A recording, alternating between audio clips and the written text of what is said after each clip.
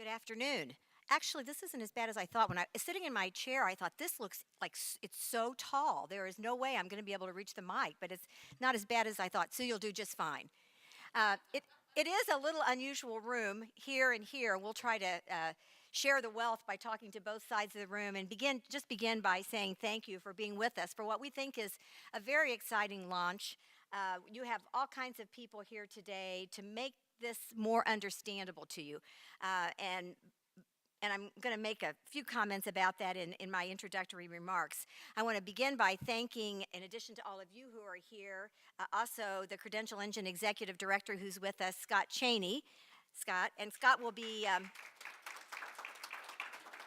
he will be doing a little bit of a response at the end of our presentations today. And as some of you may know, the official launch took place in Washington, D.C.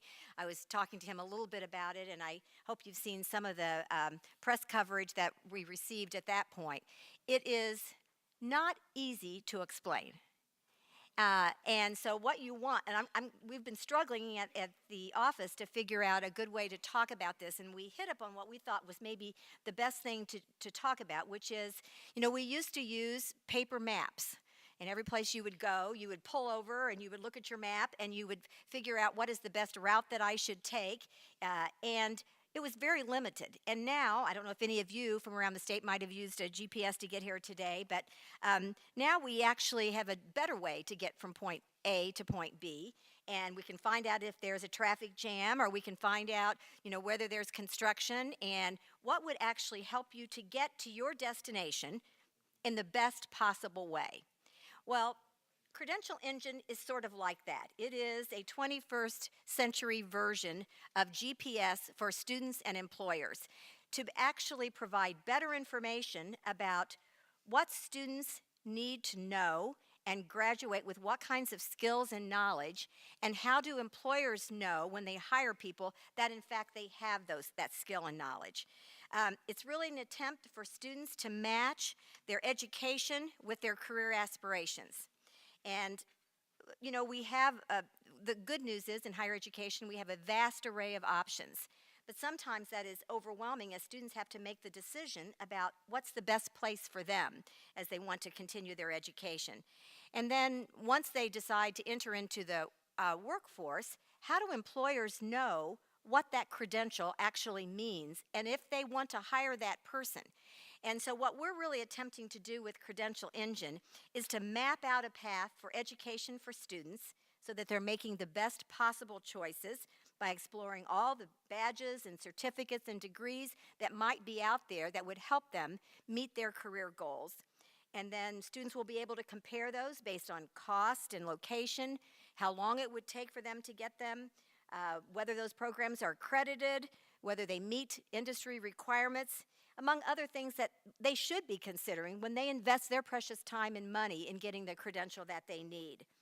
A lot of this, if you read, has to do with coming up with a common language, a lexicon that employers and students and employees understand and can sort of speak the same language. We know that we have this mismatch sometimes between the jobs and the workforce, and sometimes it's about the preparation, and sometimes it's about the way we talk about the preparation. So we think this will be helpful as well.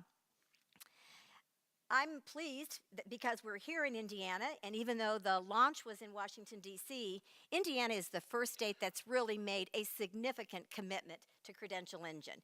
And today what you're going to see is we've started with putting in the registry every healthcare credential that's being offered at Indiana's public universities, over 300 of them. And in fact, we have a couple private institutions, St. Francis and Indiana Wesleyan, who have included some of their credentials and degrees as well. We're adding new information every week. In addition to healthcare, which we really started with, the other obvious one for us was to actually include what I hope you are aware of, which is Indiana's commitment to the Workforce Ready grant, where we've told students, if you come back and get a certificate in a high demand area, and there are 5 areas that we've identified, and you come back to Ivy Tech or Vincennes or approved provider, we will make sure that your tuition is free for that certificate. And we want to make sure that those are all listed on the registry as well. what we're doing here today is completely consistent with Indiana's strategic plan, Reaching Higher, Delivering Value, where we're really focused on completion, more timely completion. We're focused on competency. How do we know what students know and are able to do when they get whatever that credential is? And then more than ever, how do we align that with the employer needs and with their career aspirations?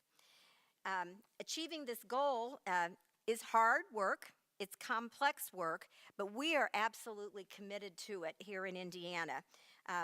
We think that our partnership with Credential Engine has the ability to really redefine how credentials are created, awarded, and how employers see those credentials as well.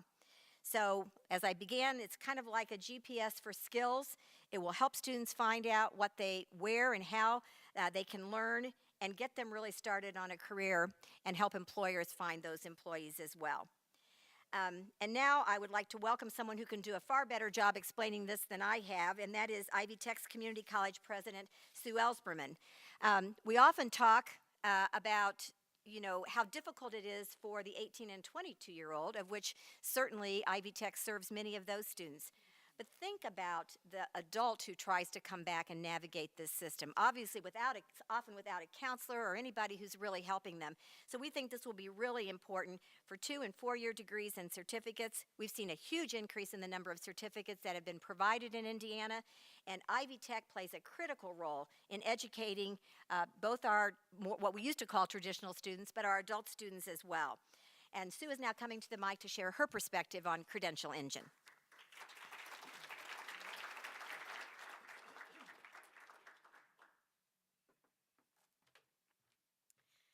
Thank you, Commissioner Lubbers, but she way oversold how much I know about Credential Engine. I'm going to learn as much about it as you all here today, though I have a great team that knows a lot about it. And yes, I agree completely with what she said, that our adult students, those employees, need to know how to navigate this world of post-secondary. But let me talk from the Ivy Tech perspective. In Indiana, we are Indiana's community college, and the economic development of our state, we know, rides much on our shoulders as we think about, you heard about next level jobs, but about 100,000 employees each year over the next decade will need some post-secondary education, and we think about half of that will be in our space, which has led us to very intentionally creating a vision for Ivy Tech, which includes 50,000 degrees and credentials a year awarded to our students as part of our students. Oh, if I touch anything here, let me know. So we have to prepare our students to enter and re-enter the workforce, and it's imperative that they understand and we understand the skills and credentials that are required for higher education, for the high demand, high wage jobs now and into the future. Those employers, secondary and post-secondary schools, job seekers and students require access to transparent information, as you heard from Teresa, about all types of credentials that are valued by the employers and offered at all of our institutions. Students and job seekers need to make very informed decisions about their fields of study and about the types of training and credentials needed for their desired occupations. And Credential Engine exactly represents, as she described, maybe going from the map of the old to a really big leap forward, providing that transparent information to all stakeholders. Ivy Tech is the nation's largest singly accredited community college, providing students of all ages opportunities for multiple entry and exit points along the way in their education. So think about the complexity that builds in here. Within and across multiple degree programs, Ivy Tech students may select a sequence of credentials that can be earned over time, and they can move back and forth along their career pathway, leading to ever more advanced jobs and higher wages. Credential Engine will allow us to illustrate those connections between industry certifications, apprenticeships, certificates, industrial certificates, and technical certificates and associate's degrees. Ivy Tech's mission extends beyond just though preparing students to enter the workforce immediately. In the last year alone, 31,000 of our students will transfer to a 4-year institution like IU Kokomo. and they will pursue that bachelor's degree and beyond. Credential Engine assists students, parents, guidance counselors, and advisors by highlighting the transfer, concurrent admissions, and bridge program partnerships between Ivy Tech and other institutions. Honoring and crediting the prior learning PLAs, prior learning experiences and work experience of our adult learners and our veterans, so important to our veterans, remains critical to meeting Indiana's workforce development needs. And Credential Engine allows us to highlight program credentials that include those credits that may be awarded, or as we call it, crosswalked from military experience and from many industry certifications. In addition to our work with employers, thousands of students each year are referred to Ivy Tech by other partners like our workforce investment boards and nonprofit organizations. And this registry should prove an invaluable tool for evaluating the best education programs to meet the needs of their clients. You know, Commissioner Lubbers talked about the governor's next level jobs, that developing that 21st century skilled and ready workforce, a key pillar of his agenda, which pays particular attention to the importance of apprenticeships and work-based learning. Based on strong collaboration with employers in all of our key economic sectors, Ivy Tech Community College's apprentice programs continue to grow. They're 6,000 strong already and continuing to grow. And additionally, we're committed to embedding even more work and learn experiences into all of our credential programs. We look forward to seeing these opportunities featured on Credential Engine, and we eagerly await for further evolution of the Credential Engine and the further development of related applications. So I just want to express Ivy Tech's thanks to the Commission for Higher Education and your leadership and all the partners across the state and nationally who've made this Credential Engine possible. We look forward to the positive impact it will have on our students, on our employers, on the workforce entities that are involved, and the institutions like ours that will make post-secondary education ever more accessible and efficient to those that we serve. Thank you for the opportunity to be here, and look, I look forward to hearing from all that are to come so we can really make the most out of Credential Engine. Thank you.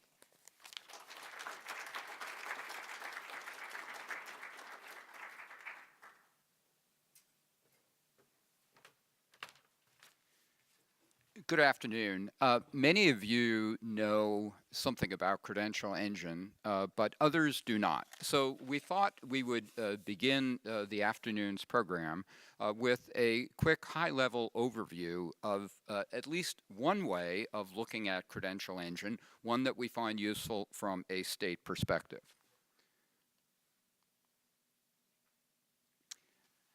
Well, where else to start but with the credentials? So one of the really important aspects of Credential Engine is that it encompasses the full range of credentials. We start, of course, with the certificates and degrees that are offered through our colleges and universities. But credentials also encompasses things like licenses, military training and experience, industry training, apprenticeships, for example, and then finally the thousands of industry and professional certifications that are available. All of these are considered credentials. Another really important aspect of Credential Engine and its registry is the information that is included that describes these credentials. From a state perspective, one of the key descriptors is competencies. What does someone who has earned that credential know, and what can they do with that knowledge? That's really critical. In this diagram, you'll also note that there are dotted lines connecting all of these credentials. Yet another important aspect of Credential Engine. It's the seamlessness with which one can navigate all of this wealth of information that's included in the registry. So we know that certificates and degrees prepare individuals for licenses or for earning certifications, but these dotted lines go both ways. So we also want to emphasize the fluidity among these credentials so that someone who has earned a certification or who has gone through the military and learned important things through the training they received there can also get advanced standing into credentials that are offered by our colleges and universities. What I'd now like to do is to add some additional information to our view of Credential Engine through a layered step-by-step approach. So let's begin with the students. We always begin with the students at the Commission. They're the ones who ultimately will get the most value out of Credential Engine and its registry, although there are many other stakeholders that will also get great value out of the registry. Now added the credential provider. So we have a lot of information about the full range of credentials, but there is also a lot of information about the entities that provide those credentials. And one can easily navigate from a particular credential to the credential provider. So you get additional information about that organization that actually awards that credential. Of course, we're familiar with the colleges and universities, but this would also include the licensing bodies. So one wants to become a registered nurse. You also want to know more about the State Board of Nursing, which issues that particular credential, the license. In addition, we have the Department of Defense or the Army or a particular unit within the military that would provide that particular occupational specialty training for that service member. And then finally, we have the various professional and industry bodies that issue certifications. We've now added another layer, and this is the quality assurance entity layer. So who vouches for the value of a particular credential? We in the Academy are very familiar with the national, regional, and specialized accreditors. They vouch for the quality, the value of a particular institution or a credential program. We have, in the case of licensing boards, let's use the example of the State Board of Nursing. They are not only a credential provider, they issue the license, but in the case of our State Board of Nursing, they're also a quality assurance entity because they also approve the nursing programs that would qualify a graduate of that program to sit for the licensing exam. So they're also providing a quality assurance entity. By the way, the Commission approves programs, so we might be considered a quality assurance entity as well. In addition, there are groups that accredit the bodies that issue certifications as well. We've now added to this diagram employers. And here we're really making a critical connection between the students, the credentials, and the employers. Stress the importance of one descriptor of the credentials, competencies, what somebody knows and can do with that credential. Well, Credential Engine has the potential of better aligning the competencies that someone masters by completing a credential with the competencies that employers are seeking in positions that they're hiring for. And that is really the critical alignment here, looking at this from a big picture perspective that Credential Engine can provide. You'll notice now that we've added job registries to the box labeled employers. And here's where things really gets interesting, because we now have the potential, as the core information in Credential Engine is populated, to connect specific credentials with specific kinds of jobs that would be advertised. And then finally, we've added two other images to this particular diagram, the orange triangles in the upper left and lower left portions of the diagram. These are applications that others have developed that could be attached to the core information about Credential Engine. Credential Engine is very unique in that it is written in open source code. It is meant to have other applications attached to it, which would only enhance the value of that core information in Credential Engine even more. In this instance, we've identified two applications that could be added to Credential Engine, one dealing with career exploration to help somebody who has a particular interest to explore exactly how they might realize their career goals. Another application would be return on investment data that would be gathered. The Commission and the Department of Workforce Development gathers such information, and that information could be attached to the core information in the registry to enhance its value and to provide additional information to users. I will also say that the use cases that will be illustrated this afternoon touch upon these various aspects of Credential Engine. And with that, let me summarize, perhaps in 3 words, why we think Credential Engine is so important. Connections, precision, and currency. With respect to connections, there is so much information here that has never really been put together in one place before, but critical is the connections that are made among all of the bits of information that are in the registry. Precision. When you put data into a database such as Credential Engine, you have to be very exact about the information that you're putting in there. If you're talking about a credential, what are the competencies that somebody is supposed to be able to someone has mastered as a result of earning that credential?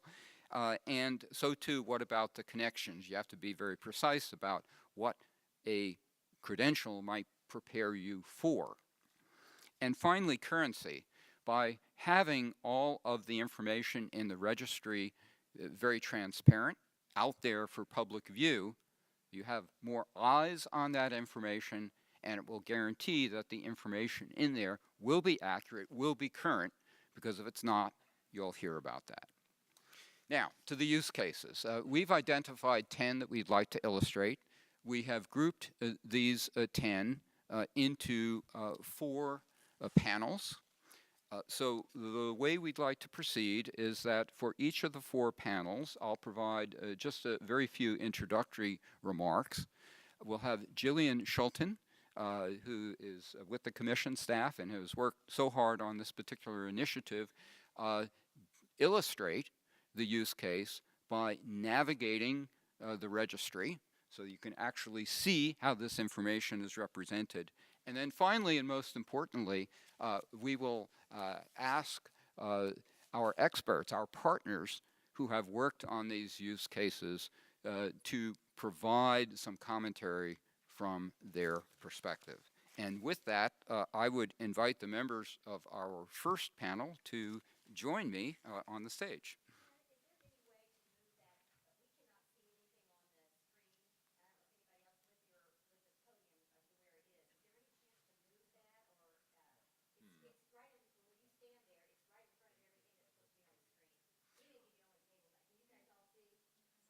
I'm not sure there is.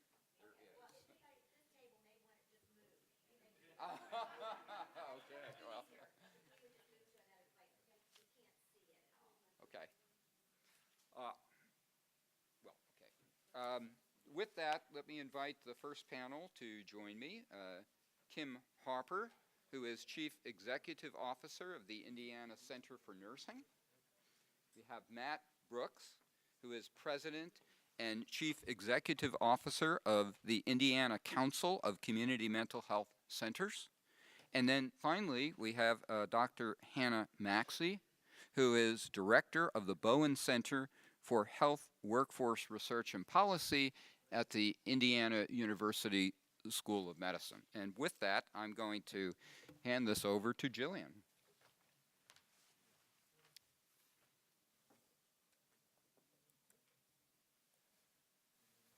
Okay, perfect. So we are going to show you how you can actually go in and search the registry and see all of this great information that we're talking about here today. So what you can do is once you have the web address, you can, and actually this is going to be the publisher side, so the live site's going to be a little bit different, but it does look this exact same way. But if you go in and you search a credential on the registry, you can search either credentials, organizations, assessments, or learning opportunities, and we're going to talk about those today. But for credentials, we did want to show you a couple different health credentials that are in here and just how easy it is to navigate through here. So if we look at the pre-nursing, the certificate in pre-nursing studies at Ivy Tech, that's where we'll start today. How this works is if you type in, you can type in Indiana and actually see the Indiana credentials, or you can type in nursing and see the nursing credentials that are listed in here. And it will give you all the results in a searchable system, just like a Google search. And what you'll do is actually click on that credential to find out some more information. And each time it's broken up into 3 different columns. So you'll have the information about that program, you'll have the information about the organization that owns that program, and then also connections on how this credential will connect with other credentials in the registry. So that's going to be licensure information, certifications, those types of things on that column. So again, for pre-nursing studies, you can see a brief bit of information about the program. You can see the locations at Ivy Tech where this program is offered, and then also these links to the other credentials. We're going to go through another program here, and that is going to be a Master of Science in Nursing program.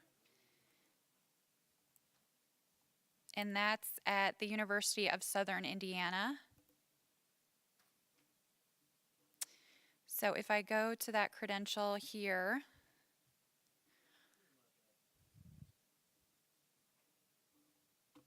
with the Master of Science in Nursing program, all of this information is actually cross-checked on our academic program inventory as far as the program name goes. And then the institution itself has gone in there and actually made sure this information is accurate and up to date. So you'll have the information about the credential, the estimated time to earn. You can display that on here. Credential type, keywords you can put in this area so that you can just search those keywords to find the program. We'll also see that it's offered by the University of Southern Indiana, so if you're a student looking on here and you don't know much information about USI, you can actually click straight on this link that's right here, and then it's going to prepare you for these various credentials. And this is one that we wanted to point out because it prepares you for different certifications, and that's something that our panelists will be talking about here today. And then one more credential to wrap this up and then send it over to our panelists. We have worked a lot on the behavioral health programs in Indiana, so we did want to show the social work program. And hang on just a second. Okay, so and this one is actually, hang on. As Teresa said, it is a little bit, it's a lot of information, so. And this one, we wanted to emphasize the licensure that's associated with this credential. So you can see on here, the Master of Social Work program at IUPUI would prepare you for the social work license offered through the Indiana Behavioral Health and Human Services Licensing Board. So you can go here to actually find information about the licenses, the certification, and then use that information when you're trying to decide on a program or in the various ways. So we will go ahead and toss this over to our first panelist, Kim Harper. Thank you, Jillian and Ken. Well, I'm delighted to have the opportunity to come here today to just share my excitement about this program. As the CEO of the Indiana Center for Nursing, I often sit at the helm of the ability to bring stakeholders and nursing leaders across the state to really address the issues that affect all levels of nursing practice in our Hoosier state. And I can tell you that at both the state and the national level, it appears to many data researchers that our huge cohort of RNs that are in that baby boomer generation, and that would be me and some of my colleagues around the room, and those who are entering college now as a smaller group than they were back in the baby boomer days, also who have many more choices of careers than just nursing and being a secretary and a teacher, which women had back in the day. I was going to make a decision. Coupled with the fact that that onslaught of those baby boomers are in that oldest cohort, I'm going to be needing a lot more health care than those of us have had in the future, is actually going to result probably in a perfect storm for another nursing shortage. And having served as the director of nurse recruitment for the IU hospitals and the president of the National Association for Healthcare Recruitment in the 90s, I can tell you all too well that the nursing shortages are not a pretty thing. It's not something that any of us want to get involved in again, and it's very frightening for the quality of healthcare that's provided for the patients that we serve. Though some researchers don't believe that this shortage will last for more than a few years, others disagree. So regardless, this perfect storm phenomenon makes it imperative that we focus our efforts on pipeline development at all levels of education within the nursing profession. We must all collaborate with innovative and creative ways to provide vehicles to our young Hoosiers who are selecting professions for their future, as well as assisting individuals who look for a career change, and many individuals are doing that and choosing nursing as that. We want them to have the options from basic nursing education through the graduate level, where certification is achieved in many of these roles, such as nurse practitioners and nurse midwives and nurse anesthetists and many of the others.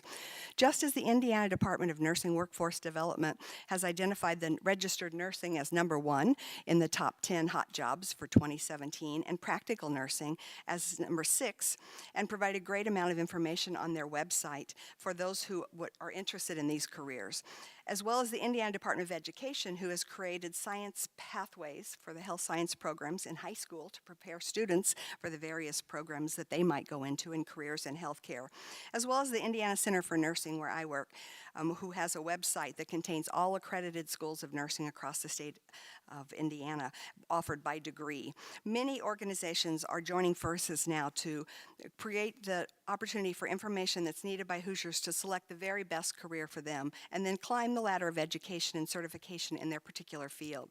There's no question that we need all of these, and especially for healthcare.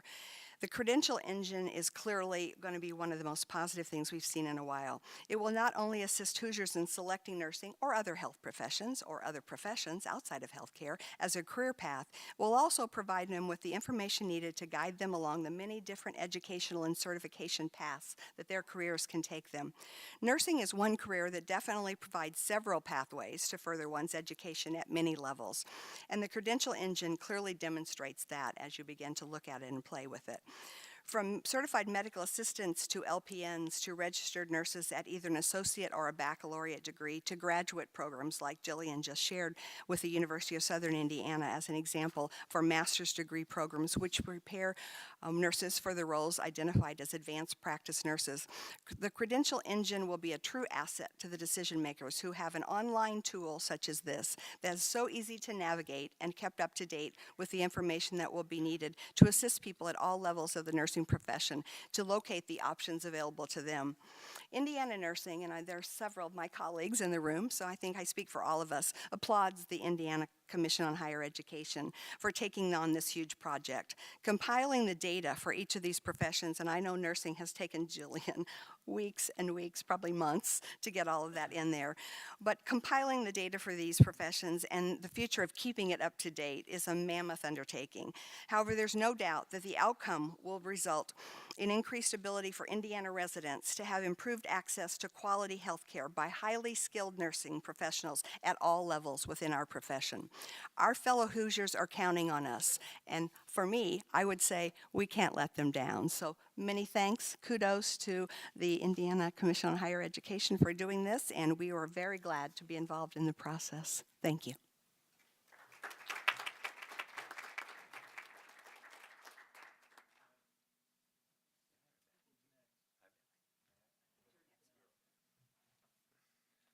Thank you, Ken and Teresa, and really Jillian. I mean, I would have to commend the group for the efforts that they've put into Credential Engine.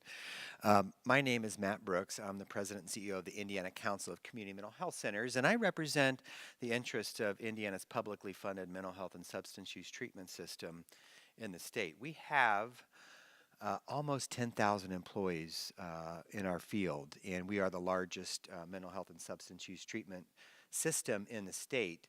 And I think if anybody has watched the news recently, you know that we are facing a very serious crisis with respect to the ability to respond to the addiction crisis facing the state. I was going to say opioid crisis, but based on new research, it's not just an opioid crisis.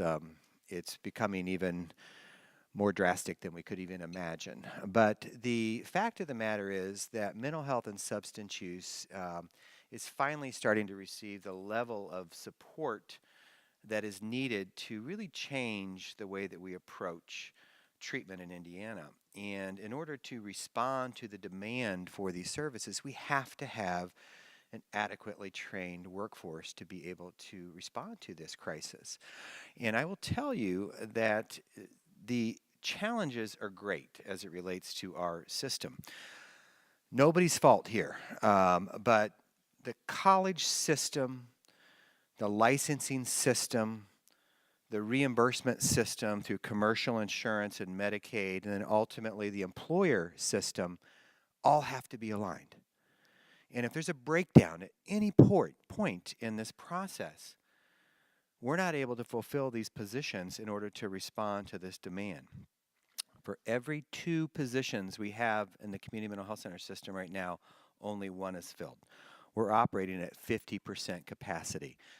Our master's level professionals at the 75th percentile, based on our salary survey, are earning $52,000 a year.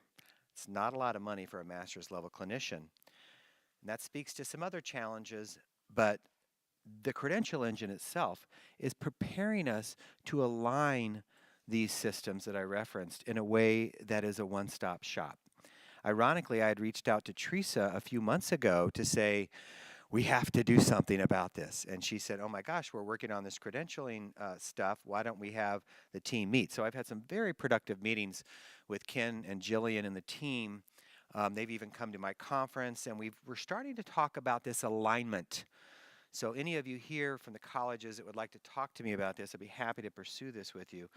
The alignment of how we prepare our students for the behavioral health workforce. And the challenge that we've had is that often they learn the educational component, but once they get into the real life and they understand that you have to write these narratives about people's treatment plans, and you have to respond to utilization requirements for the amount of time that you're doing billable services and all these things.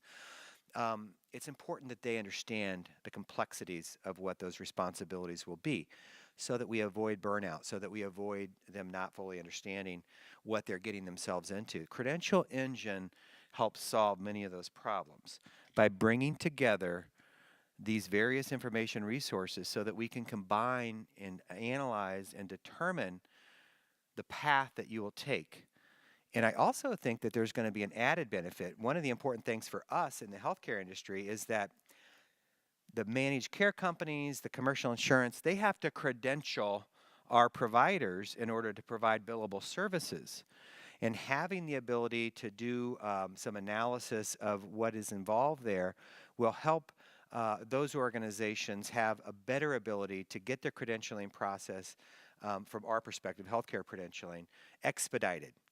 Because what's happening is we're hiring these people, and because they're not formally credentialed in terms of commercial insurance or the managed care companies, which is the Medicaid insurance companies, that they have the ability then to bill for services. Often we hire somebody and we have to wait 3 months before they can get into billable services. That hurts us. It hurts the response to the crisis. So I really want to laud Teresa and the team for taking this on, for realizing that this is a real problem. And we have to start working collectively. The colleges are I also appreciate the fact that the 2 speakers so far have been focused on healthcare. I think that gives you an idea. We're almost at 20% of the GDP is healthcare in this country. That's huge. And so we have to make sure these things are aligned. I so appreciate all the effort, and I'd love to speak with some of you more about how we can make this happen even further. Thank you for all your efforts. Thank you.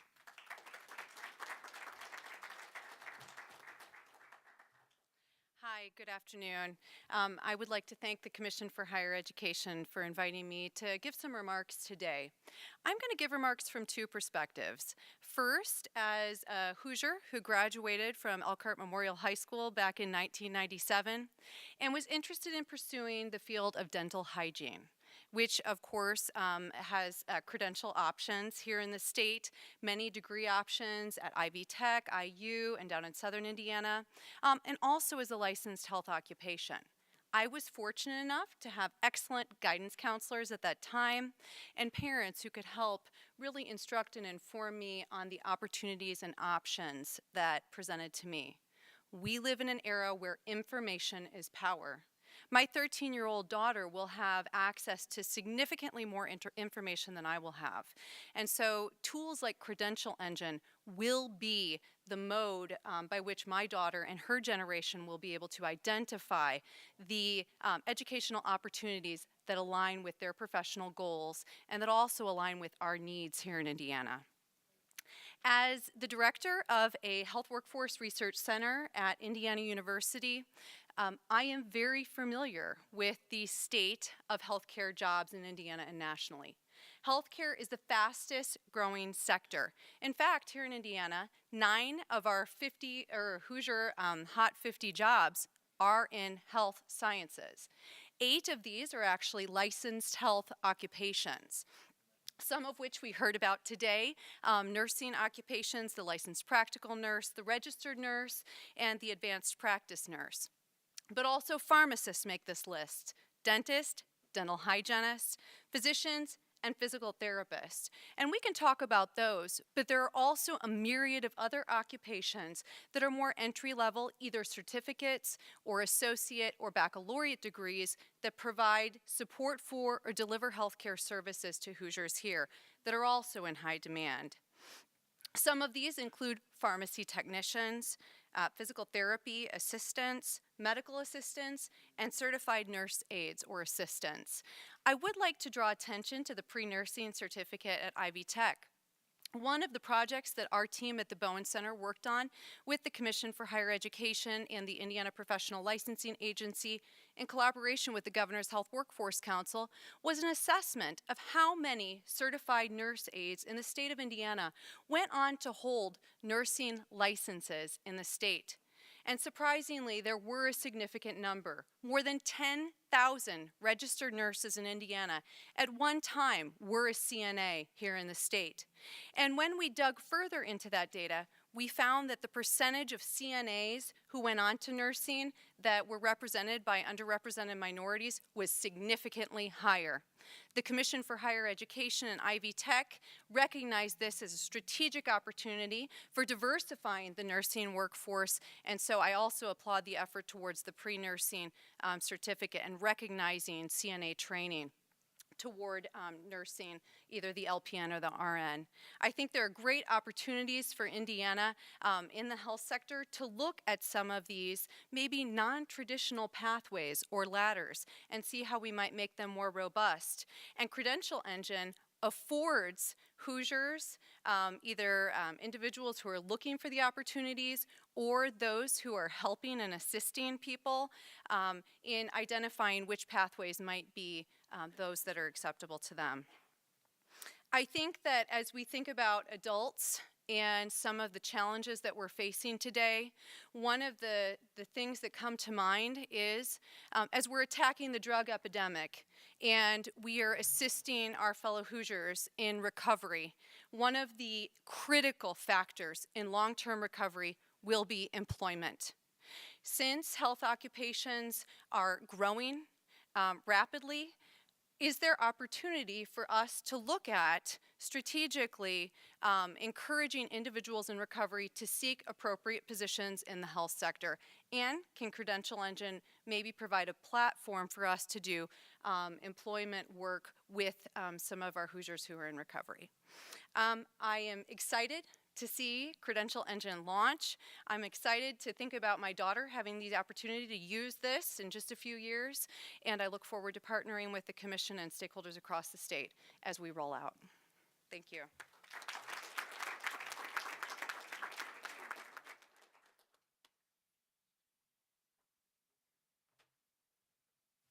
Well, thank you very much, panelists. And we'll simply point out that we were very strategic in focusing on healthcare, the nursing profession because of its size and importance to the healthcare industry, the mental health and addiction problems that we face, and the need to provide services to our population. And I should also point out that we also selected healthcare because of the Governor's Healthcare Workforce Council, which Hannah Maxey and her colleagues at the Bowen Center provide strategic support for. So we were very deliberate in choosing that particular focus. So with that, once again, let us thank this panel and prepare to hear from the next panel.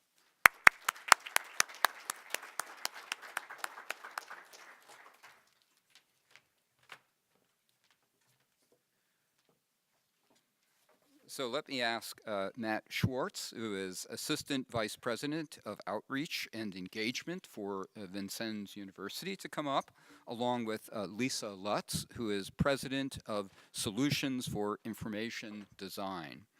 Now, in addition to emphasizing health and nursing and the behavioral health fields, we wanted to continue to look at the allied health occupations, which really provide so many critical services to make our healthcare industry function and provide good services to Hoosiers.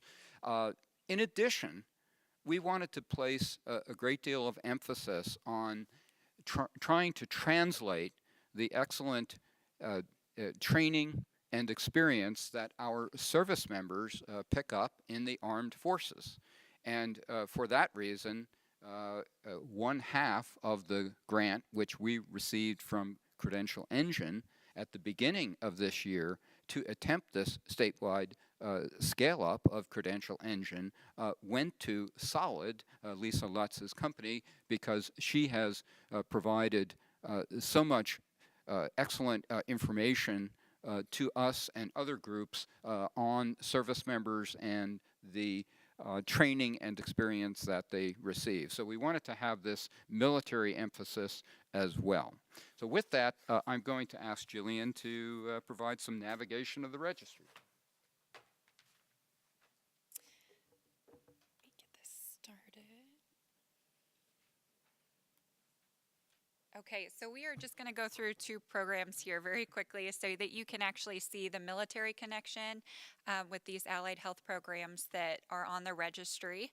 So one of the programs that we're going to look at is the pharmacy technician or pharmacy technology at Vincennes University. So Matt's team has been great about loading this information and making sure that we have it on the registry for users to look at.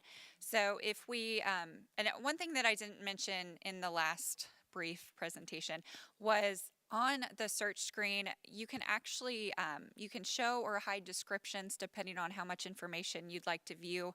And also, without having to click on each credential, you can see a brief bit of information about that.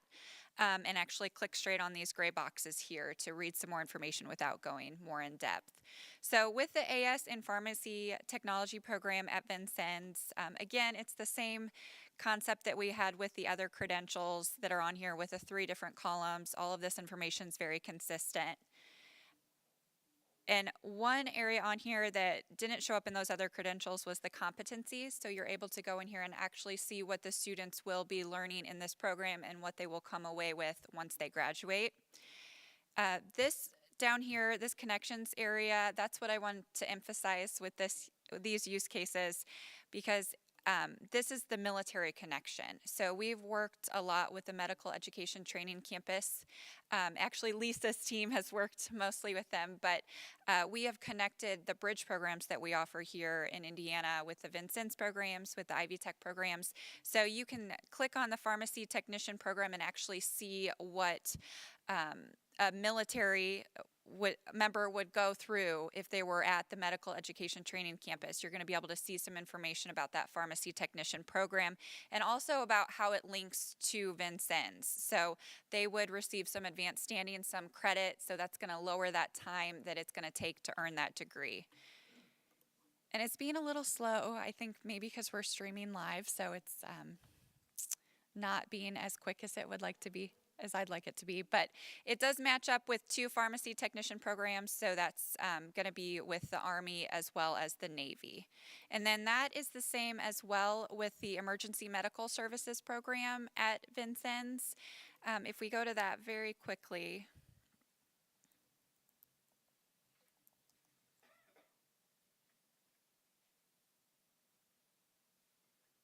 This always happens to me. Technology doesn't like me. It's not my friend. Okay, so if it were to show up on here, there we go. Okay, so where did it go? There it is. All right, so again, it's that same format, so you will get very used to this once you're searching the registry, and it's going to show that military connection as well. So this is a different program, but it has a lot of information populated in it. A great information for a service member to go through here and actually see what credit that they're going to receive if they would decide to transfer their military credit to Vincennes University, and you can actually see the different advanced standing opportunities that are in here. So we're going to toss it over to Matt Schwartz, and he's going to tell you a little bit about the allied health fields. Good afternoon.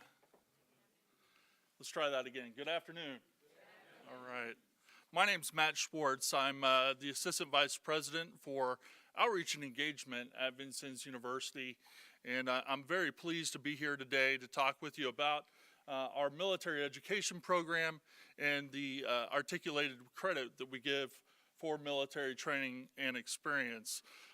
Vincennes University has programming on military installations throughout the United States, from Fort Benning, Georgia, all the way up to Washington State. And with that, we provide academic advising services, associate degrees, baccalaureate degrees, and a wide range of training and academic programming. With that process, we articulate military training and experience for college credit, in particular for the medical fields with EMS for the pay grades E3 to E4. Students can receive up to 13 credit hours from their military training and experience. For the pay grade E5 to E9, they can receive up to 16 credit hours for that same military training and experience. For the pharmacy tech program, students can receive up to 28 semester hours for the E3 to E6 pay grades. And for the E7 to E9 pay grades, they can receive up to 31 semester hours for military training and experience.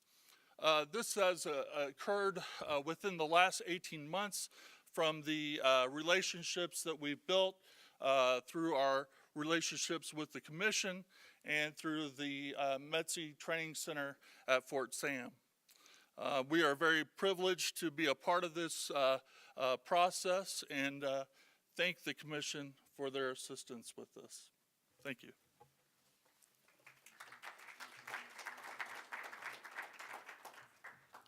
Very good. Good afternoon. I won't make you shout it again, but you did a good job on that already. I am Lisa Lutz. I am president of a company called Solid. We have had the good fortune for a number of years to support a number of efforts in terms of research and analysis to map military training and experience to civilian jobs as well as civilian credentials. And when I talk about credentials, I'm using that as an umbrella term in the same way that Ken described how Credential Engine uses the term to address things like degrees, certifications, licenses, apprenticeships, certificates, really the gamut of credentials, occupational credentials that are out there. Very much have appreciated the opportunity to work with the state of Indiana on this important project. Ken and Jillian have been a delight. They were very forward-thinking, I think, in terms of deciding to include the military in this endeavor. I think a lot of folks think about military involvement in this Credential Engine initiative and are somewhat puzzled. They're a somewhat unlikely candidate for participation. But I'd like to share with you a few statistics that I think will help you better understand the relevancy of credentials to the military and how the military can use credentials both in terms of as a consumer of information from the credential registry as well as a provider of information to the registry. Let's see if I can get this to. So a lot of the initiatives that the military focuses on as related to credentialing focus on the enlisted personnel. If you're familiar with the military service, you have both an enlisted community as well as an officer community. The difference between the two communities, among other things, is that while the officer community enters the military typically with at least a bachelor's degree, most of the enlisted community does not have any occupational training, and many times they don't have any academic preparation. So the vast majority of the workplace training that they get comes directly from the military training and experience. In FY16, there were 1.75 million enlisted personnel in the military. So if you think about the fact that these are individuals who will ultimately leave the military, because everybody leaves eventually, you're talking about a huge portion of folks who are highly trained using state-of-the-art training who are now candidates for employment in the civilian workforce.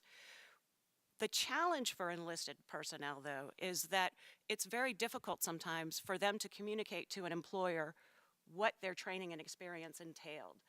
There was a Society for Human Resource Management report that said that 60% of civilian employers really want to hire military folks. They understand the soft skills that they bring to the table, leadership, team orientation, that kind of thing. However, they aren't as familiar with the technical training that they receive. So the Credential Engine and the Credential Registry is going to really open up the aperture for increasing the transparency behind the high quality nature of the training that they receive.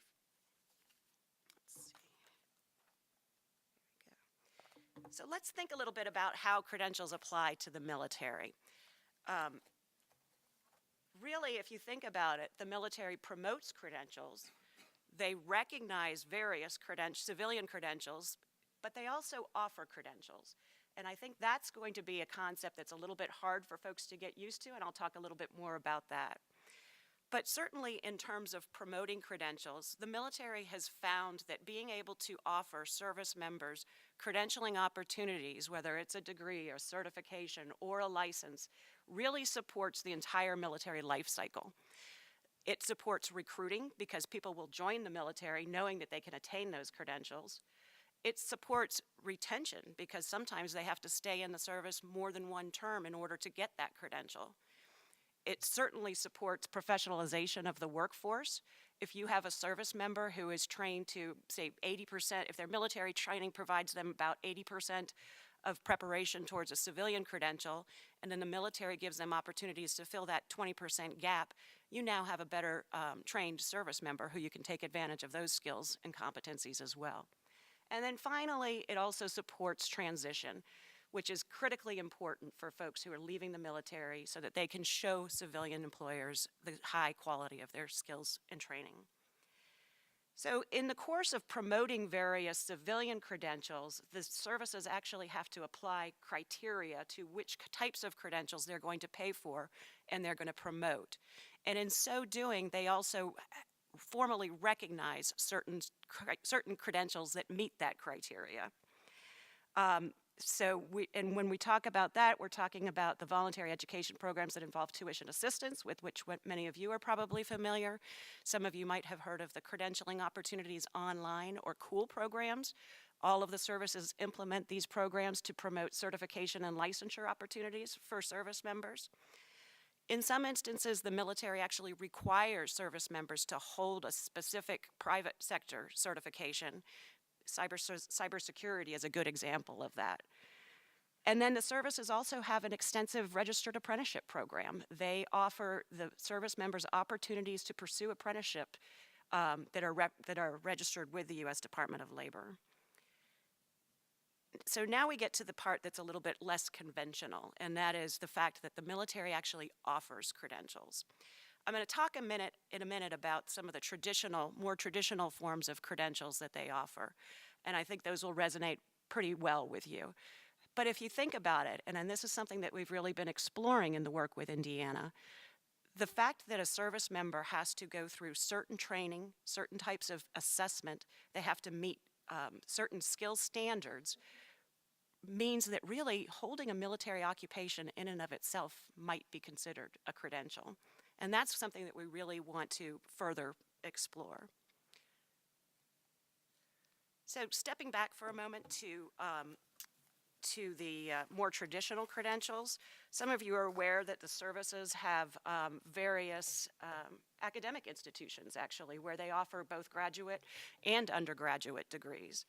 The Uniformed Services University of the Health Sciences, USU for short, has recently been given authority by Congress to offer not only graduate degrees in the medical area, but they can also offer undergraduate degrees. So that makes them a credential provider in and of themselves, particularly in the allied health area. The Navy Postgraduate School, Community College of the Air Force, some of you may have heard of those as well. The military also has developed some very formalized certificate programs and certification programs. And all of these, the degrees, the certificates, the certifications, they are being recognized by the same quality assurance bodies that recognize the civilian programs. And then I mentioned the apprenticeship program already. And so those are actually something that the military is focusing on quite heavily. There is something called the United Services Military Apprenticeship Program, of which the Navy, the Coast Guard, and the Marine Corps partake, and the Army has just joined that as well, so they'll be expanding their apprenticeship opportunities. So let me step back to healthcare for a second, and I realize that this slide might be a little bit hard for you to see from the audience, but what it's intended to do is to show you the already established robust credential connections between the military training and the civilian credentialing agencies and the civilian quality assurance bodies. In the allied health arena, the military has over 125,000 people performing various allied health type occupations. Matt had spoken about the emergency medical services. There are over 60,000 service members who are trained at the EMT level, various degrees of EMT training. So that gives you some idea of the magnitude and the number of people that we're talking about. Within the healthcare arena, we find that the military training particularly aligns very closely with the civilian training.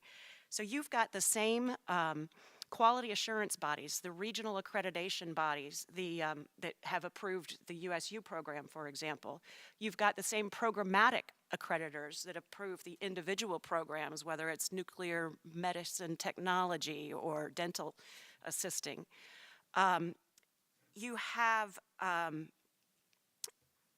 all of the military programs, almost all of the military allied health programs also lead to civilian certifications.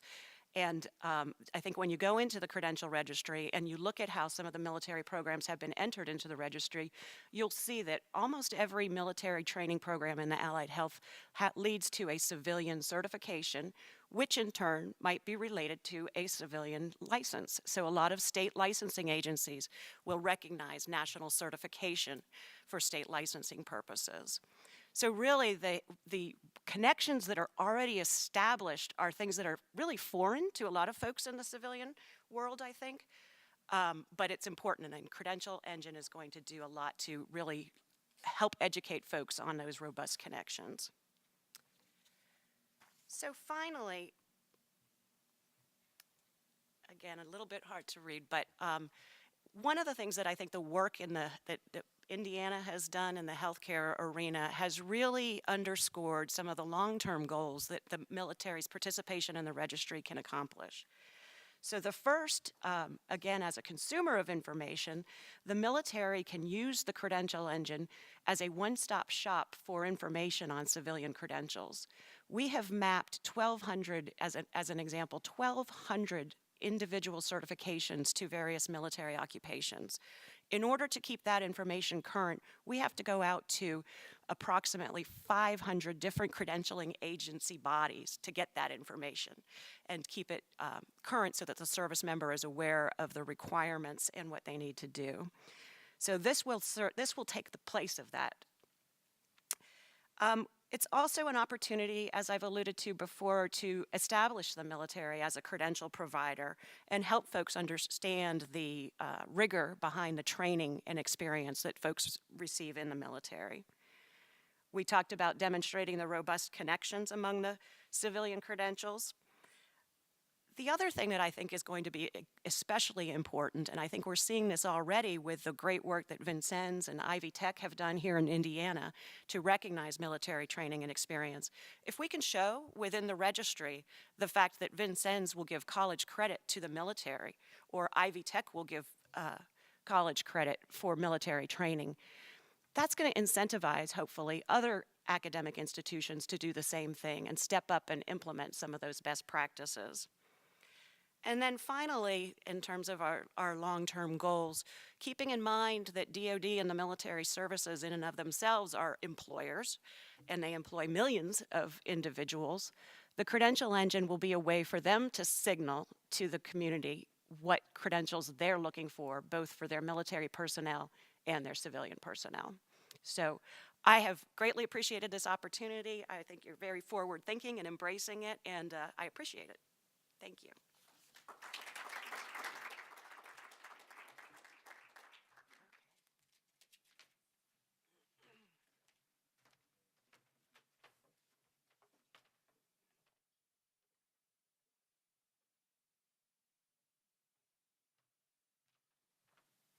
And I should add, when we first started to work more deeply in the area of trying to recognize the knowledge and skills that our veterans had as a result of their military service, one of the first institutions we turned to was Vincennes University because of its long history in this area.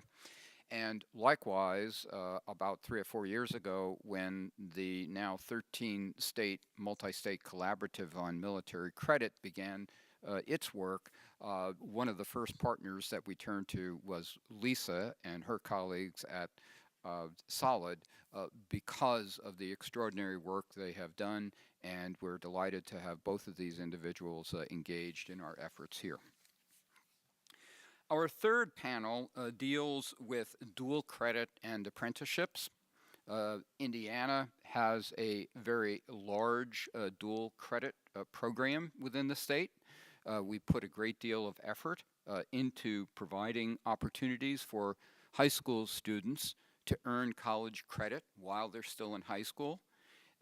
The hard work that we have done in tracking these students and how well they do has underscored this as a way that students who might not necessarily, because of their demographic characteristics, go on to college, they actually choose to go on and to be successful in college. So dual credit is very important, and we wanted to focus on that area as one of our use cases in the context of Credential Engine. Likewise, apprenticeships are very important. We recognize the critical role that they play in turning out very skilled members of our workforce. This is also a way to connect with industry. So that's the reason why we wanted to focus on these use cases as part of our Credential Engine effort. So with that, let me invite our panelists to come up on the stage with me. John Newby, who is Assistant Vice President for K-12 initiatives at Ivy Tech Community College. Have Patrick Biggerstaff, who is Director of Career and Technical Education at the Area 31 Career Center. And then finally, we have Dr. Sue Smith, who is Vice President of the Technology Division at Ivy Tech Community College. And with that, I'm going to turn this over to Jillian. Right. Hello again. Hopefully you're not getting tired of seeing me pop up here. All right. So as Ken mentioned, we have 2 use cases in this panel. So we're going to talk about dual credit, and then we're also going to show you an example of an apprenticeship. So with dual credit, we actually just started working with dual credit with Patrick and his team. So this is hot off the press, very new to Credential Engine. And we're going to look at the pharmacy tech program that it's offered at Area 31 Career Center. So, and it does take a second to load, so just 1 second. There we go. So with the information that's in here, we have a little bit of information about the program, a program description. We have the estimated time to earn being 2 years.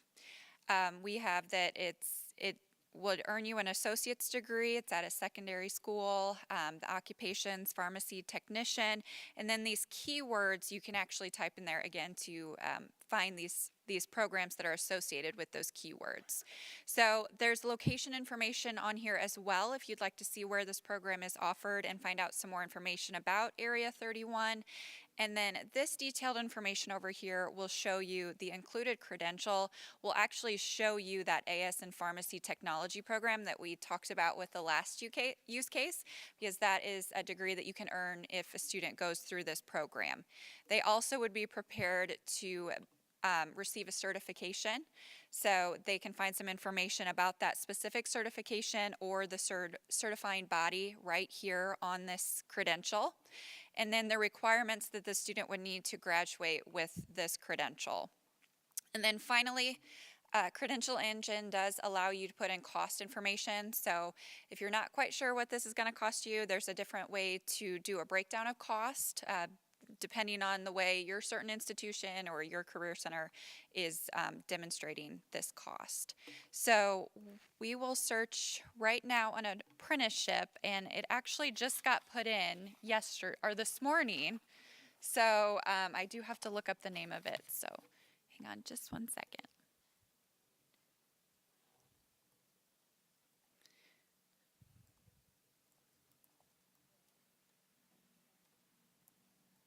Okay, so that's nice. It knew exactly what I was going to say, so I didn't have to type it in. Okay, so there we go. So again, found one result. If we click on it, we can see this is the Advanced Automation Robotics program. It would earn you an associate's degree in AAS from Ivy Tech Community College, and this is where you're able to see the different locations and the information associated with this program.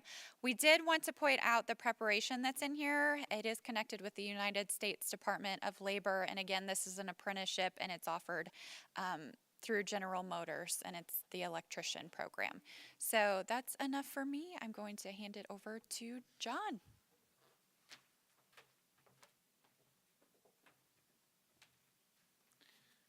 Thank you, Jillian, and thanks to the Commission and Credential Engine for organizing this activity today. I know I'm certainly pleased to be part of it. As Jillian pointed out, dual credit is brand new to Credential Engine. We don't have much loaded in there yet, but I know that it's going to become a big part of a big piece of what we do in the way of dual credit moving forward, because I can see all of the benefits attached to it. Ken pointed out in his introductory remarks for this segment that Indiana makes a pretty big commitment to dual credit. Indiana is a large provider of dual credit across the country. I call it a robust program in Indiana. There are several reasons for that, but one of them is Indiana, through various agencies, including the legislature and the commission, has decided that it's important for Indiana's future to have a robust dual credit program. And as President Ellspermann pointed out, as Indiana's community college system, Ivy Tech is naturally the largest provider of dual credit programming. Now, I attended a couple of national meetings recently, and I actually stated that Ivy Tech is the largest provider of dual credit in the country. I can't prove that to you today, but nobody shot me down with that remark at the meetings I attended, so I will continue to say it. Last year, we served about 60,000 high school students in our dual credit program. So that gives you a little bit of a snapshot of what this program is about. One of the concerns that has developed around dual credit programming, despite all of its benefits, is that there may be places, because of its fast growth, there may be places where some of what we do in the way of dual credit programming is less focused than perhaps it should be. And there are even some who have called them random acts of dual credit. I think I saw a couple of people from Cell here earlier, so I'll steal their phrase. So one of our goals, at least as an institution, and I know for the other institutions that offer dual credit in Indiana, one of our goals the last couple of years has been to provide a more focused approach to dual credit programming, and I see Credential Engine as a perfect opportunity for us to make that approach even more focused. We want to be able to provide dual credit programming for students that provides that student, by the time they finish, with a state or nationally recognized certificate or credential. Now that's focused, and that's what Credential Engine can help us do. And actually, what I see in this particular scenario is what I'll describe as a win-win-win-win.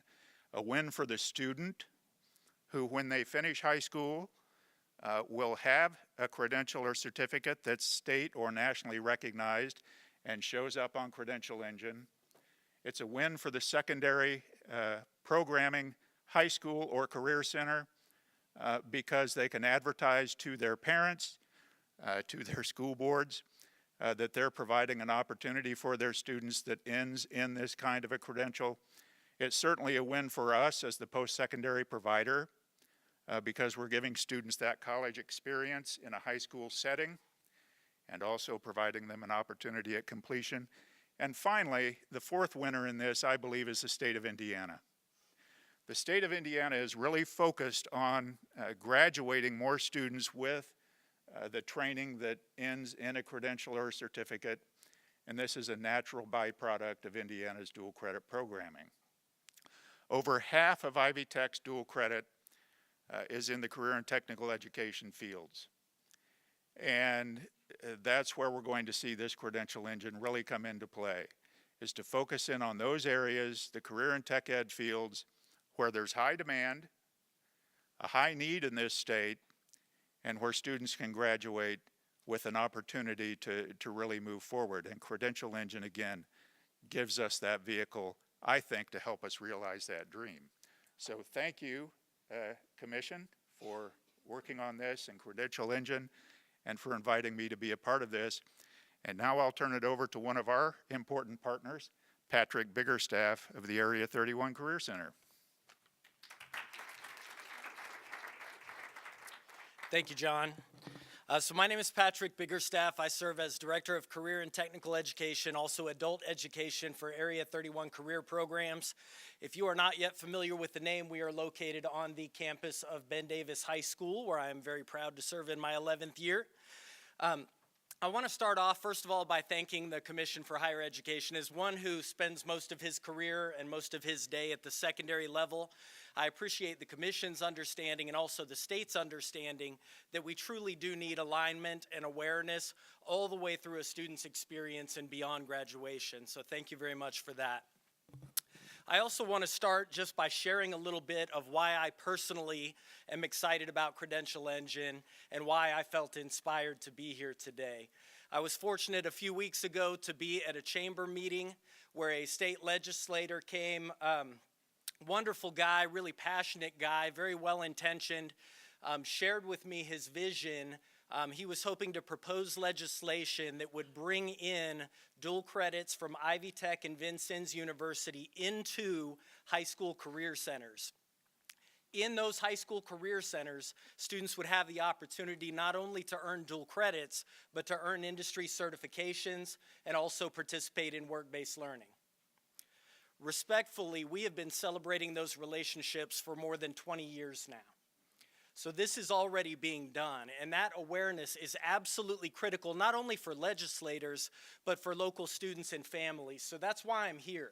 I think we need to have timely information, accurate information, complete information, as President Sue Ellspermann had mentioned earlier, for our students and their families to be able to make informed decisions about what their life is going to look like moving forward. Also, having responsibilities in adult education, I know that we are making a huge push to integrate education and training in the adult ed space.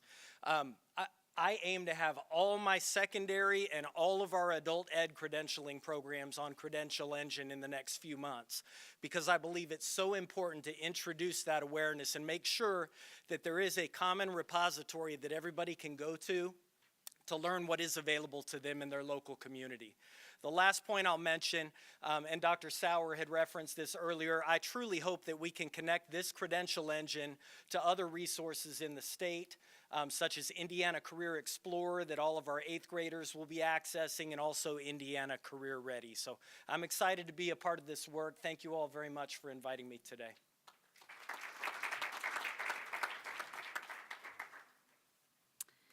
Hello, everyone. I'm Sue Smith, and I'm with Ivy Tech Community College. And I have worked with apprenticeships for about 30 years now.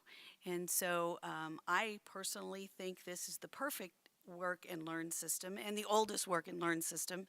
And so I'm really excited and thankful to the Commission for allowing us to talk about apprenticeship today. Apprenticeship is gaining popularity, and it has been over the last couple of years. But up until that point, it hadn't really been a widely known or understood program, and I think that's getting better. But in apprenticeship, it really is a full-time employment with an industry. It involves going to work and then going to take classes and having some on-the-job training that also occurs to supplement that related training. And in the United States, there's about 250,000 employers who take advantage of apprenticeship programs, and they host about 505,000 apprentices across the country. So it is gaining popularity, and it's gaining in popularity in Indiana as well. So we have, at Ivy Tech, we provide the related training for about 7,000 total apprentices in the state of Indiana. We have mostly construction trades apprentices. We're gaining in industrial trades, and they're becoming more and more popular. The most popular one right now seems to be the one that we just showed, the Advanced Automation Robotics Technology degree program that fits into that apprenticeship, and that is the industrial maintenance. And so that's a very big employment option or opportunity for students today, and I'm glad that was one of the first ones that got on the credential registry. So Ivy Tech does provide the related training, and I wanted to talk a little bit about some examples. The example that we had was General Motors, and that's for an industrial electrician. And the way it works is the apprenticeship programs are actually built by the companies, and they are chosen by the companies. And then Ivy Tech tries to help those match up into a related credential that can stack so that the students can go on. And so when Dr. Ellspermann talked about our multiple entry and exit points in our degree programs, that's one of the reasons that those are there, is so that we can match to those skill sets that the employers need across the state. And so we have a number of opportunities, and Cummins alone, for example, has 105 apprentices in various trades, and the apprenticeship or the trade is actually held by the employer. It's determined by the employer, but they come up with a standard, and that standard then is held by the Department of Labor. So when you are in an apprenticeship program, when you graduate as a journey person, the credential that you get is a state or federal Department of Labor issued credential. And so in addition to that, you get the credentials that come with the degree. And so since we have multiple certifications embedded into those degrees, then you also get those certifications as well. In fact, because Cummins, for example, has 105 apprentices and they are in programs built by Cummins, we've developed an interdisciplinary degree and have the outcomes of a technical certificate and a certificate so that those students are able to get a credential along with their journey person card. The Fiat Chrysler also has an apprenticeship program, and they have about 25 apprentices, but they've done something really interesting, and they've decided to dip down into the high school level and try to create these pathways so that students are actually earning dual credit while they're in high school, as Dr. Newby mentioned earlier, and that prepares them to go straight into an apprenticeship program. Because of the baby boomers, as we've talked about a little earlier, some of those of us who are in that category, we're going to be exiting the workforce, and we're going to have to get access to younger and younger students to go into those apprenticeship programs. We also have another example of a company in Greensburg, Honda, and Honda has not registered their program yet, but they are in the process of doing so, and they have created an equipment support specialist program that does actually dip down into the high school, where they have high school students who actually come on the factory floor at Honda and do some training there with their support specialists. And so we have a lot of examples, and we could go on, but I really do think that this is a great option so that employers can see what standards are available for the apprenticeship programs, and the students can see what they have to do to get through those apprenticeship programs. And Ivy Tech has just become a sponsor for apprenticeship programs, and we are now able to take over some of the administration and even hold the standards for some programs for employers. So it's an exciting time for apprenticeship, and really appreciate the opportunity to have this in the Credential Engine. Thank you.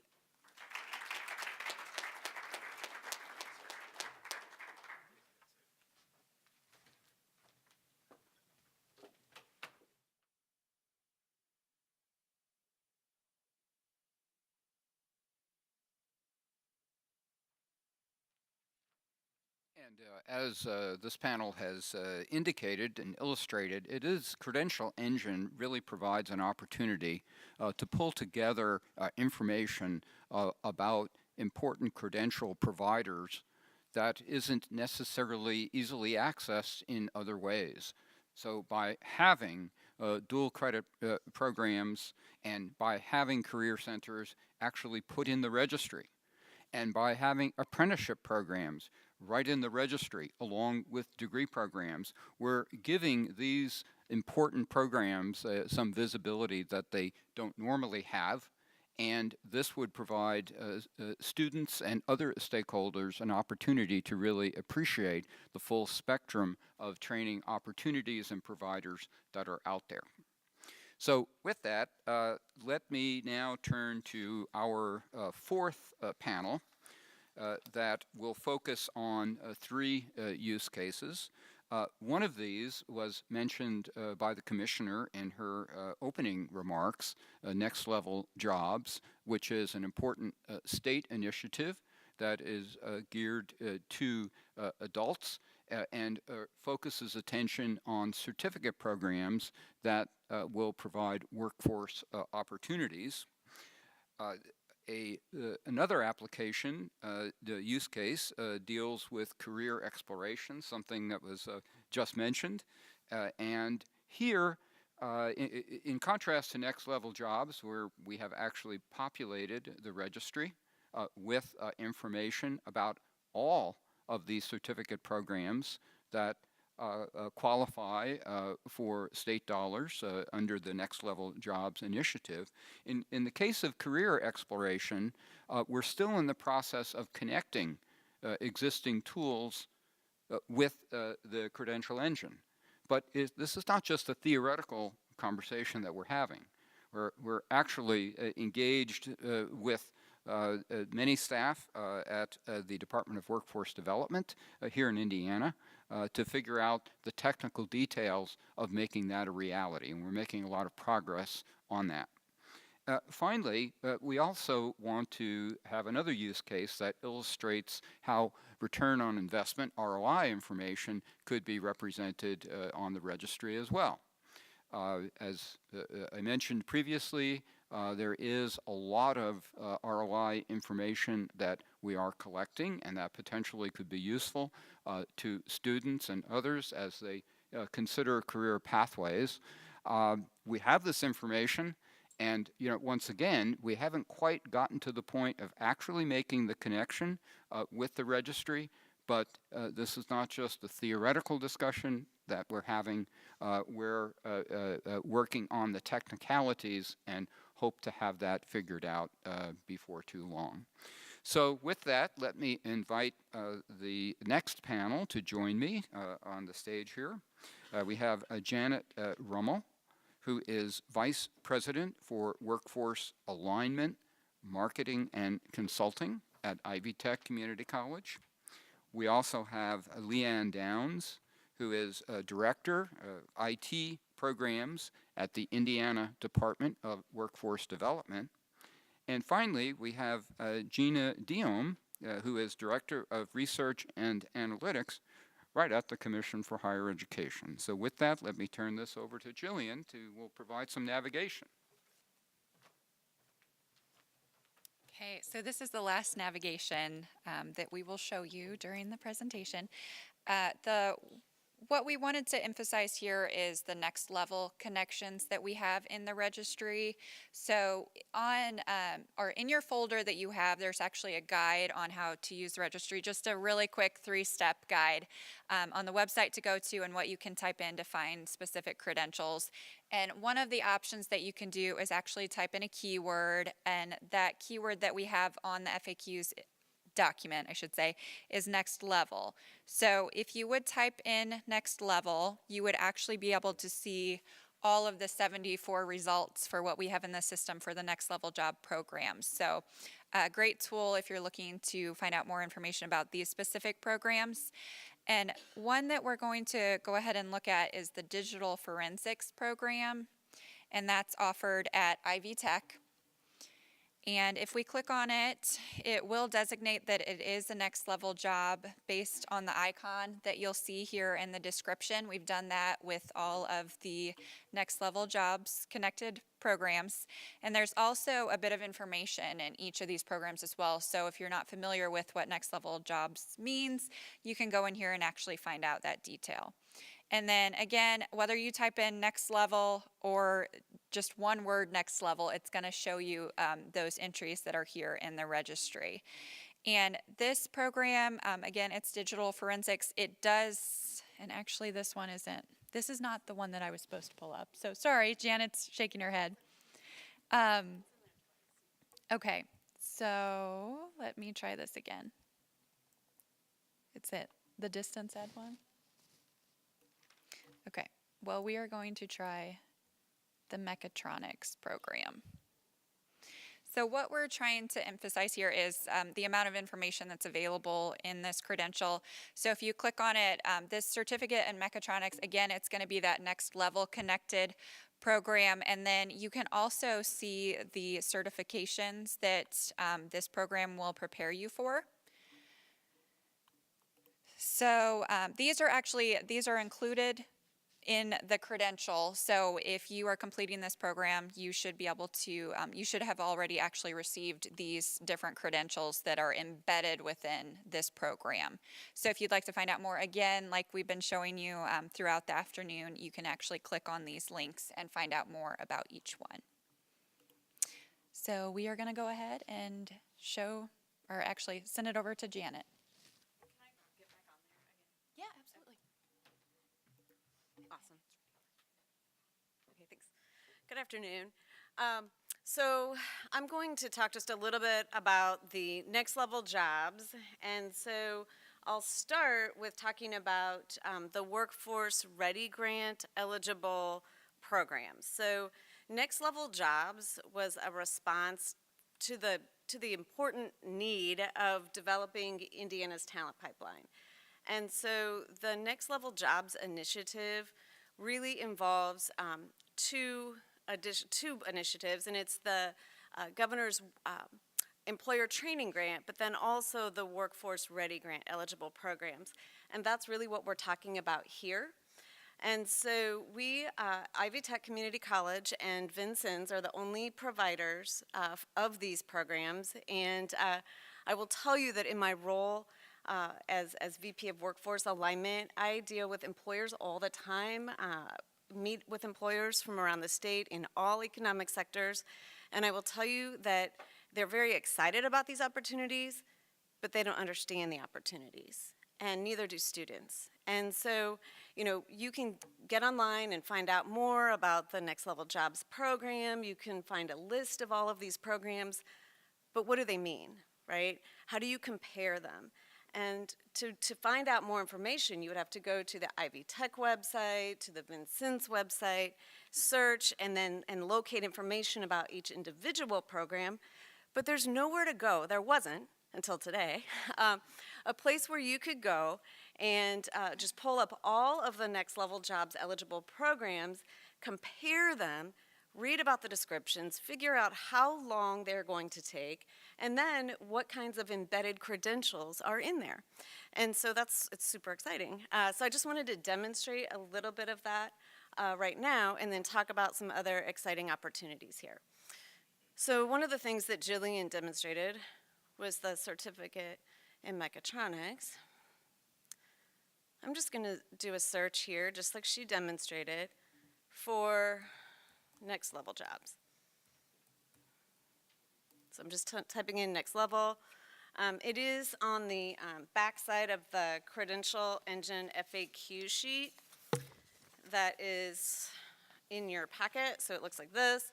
There's a diagram on the back of how to search, so I highly recommend you check this out. So what this does, as Julian mentioned a moment ago, is it limits the selection to the 74 results that include Next Level as a designation. So what you can do is take a look at, gosh, you know, maybe I'm not sure if I'm interested in a TC in software development, or a TC, these are technical certificates, in server administration or information technology support. And perhaps I'm an employer looking to skill up my incumbent workforce, but even I'm not exactly sure what these programs do. So all you have to do is select the programs that you might be interested in. And please know that we are still building these out. So in some cases, it'll take a couple more weeks to get all of the embedded certifications in here, but they will all be there within the next couple of weeks. I simply select Compare Selected. And now I happen to choose only Ivy Tech programs here. Obviously, there are Vincennes programs here as well. But here, I can just see side by side the description of each one of these credential programs.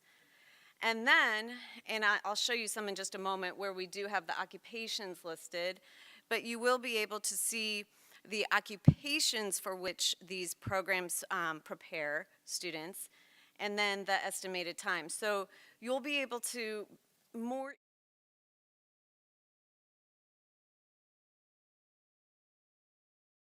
obviously, just like we saw before, you can click, find out more about the campus locations, and so forth. And then, one of the other things, I just want to show you one more. I don't know what happened to the digital forensics one. I was really excited to show that. I just want to see. No, it's not the right one. I'm going to go back to the mechatronics.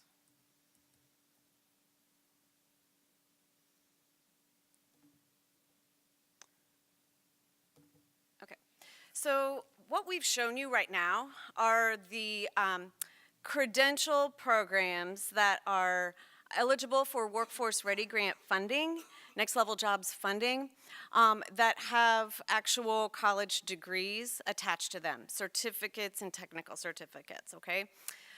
The Workforce Ready Grant, the Next Level Jobs funding, Also provides funding for non-credit training opportunities, so shorter-term training opportunities that have certifications embedded within them, okay? And so many times we will provide these trainings on-site at an employer or offer them as open enrollment throughout the state.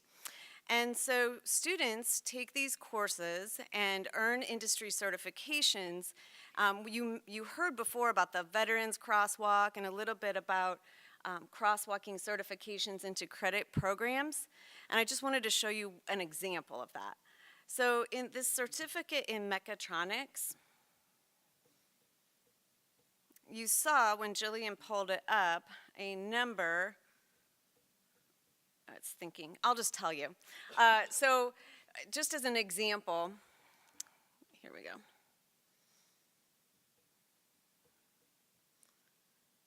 And these are the occupations. Oh my gosh. Okay.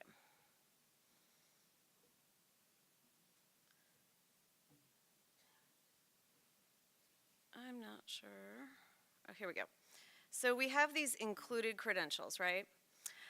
There are 4 of them up here that are these MSSC certifications. And these 4 collectively make up a certification called the MSSC Certified Production Technician Certification.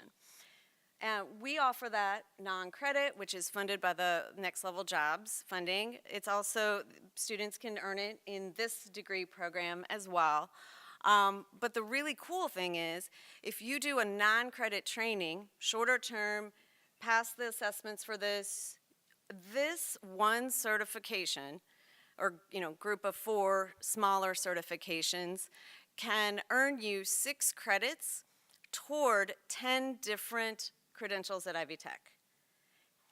8 of those 10 are also eligible for Workforce Ready Grant funds.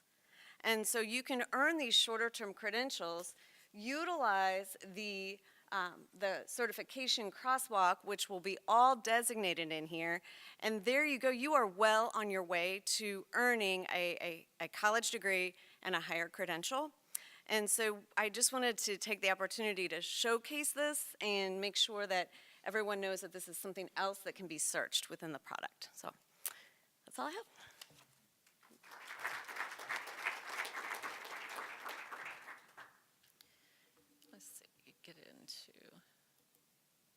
I'm Leanne Downs. I'm with the Department of Workforce Development.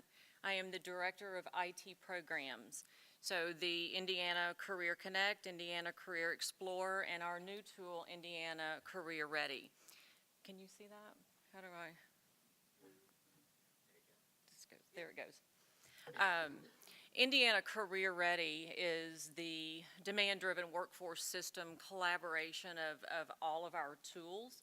We've recently sat down with the Credential Engine folks, Jillian and Dr. Sauer, to figure out how do we incorporate the Credential Engine into Indiana Career Ready, and how do we provide information that we have already gathered in the system to the Credential Engine. And so as agencies like CHE and DWD and our educator partners like Ivy Tech and Vincennes are out there doing all this fabulous work, we want to be able to figure out a way to tie all of that in, because there's some pieces over here and some pieces over there. We have some pieces that are the same with the same information, but we want to be able to blend all of that together. So Indiana Career Ready was soft launched in August of this year. We'll be doing a full marketing campaign after the first of the year to launch that in a more fashionable way. It will be the replacement for your Hoosier Hot 50 list. You heard about that earlier. We'll show you the in-demand jobs page, which you can link to just by clicking the icon, just as you did with the Hoosier Hot 50. And so you can still have that Hoosier Hot 50 link on your computer. It will be redirected at some point to the new in-demand jobs page. So coming down into the Indiana Career Ready, these are our stakeholders that we felt were important to build this system around. Here is your in-demand jobs page. So when you click on it, it brings up a listing of occupations that are assigned an in-demand ranking. This is a collaboration of a lot of data sources that have been put through an Indiana relevancy testing to bring out what are we doing from a statewide perspective. Where we had the Hoosier Hot 50, there were a lot of occupations in there that required post-secondary educations, and in a lot of times PhDs and that sort of thing. And so some of the students and some of the job seekers in the area are looking for more jobs that are from that credential to the bachelor's degree. And so we kind of broaden that in-demand job ranking to include those. And so they're ranked by flames, 1 to 5 flames. You can search statewide, you can search by county. You can put in your occupation title, and since we are in healthcare, we'll put in registered nurse. And so it will bring up, as you're typing, of course, like all of the other systems, it will bring up the job title. If you were to click job postings, that would take you into Indiana Career Connect, which serves as our state job board. It will bring you right to the page in Indiana Career Connect where the job postings are for nurses. So you won't be landed on the front page of ICC where you then have to search again and put in your area and that sort of thing. So it's taking information out of Indiana Career Ready, populating it into ICC, connecting those two together to bring those to you just in one search.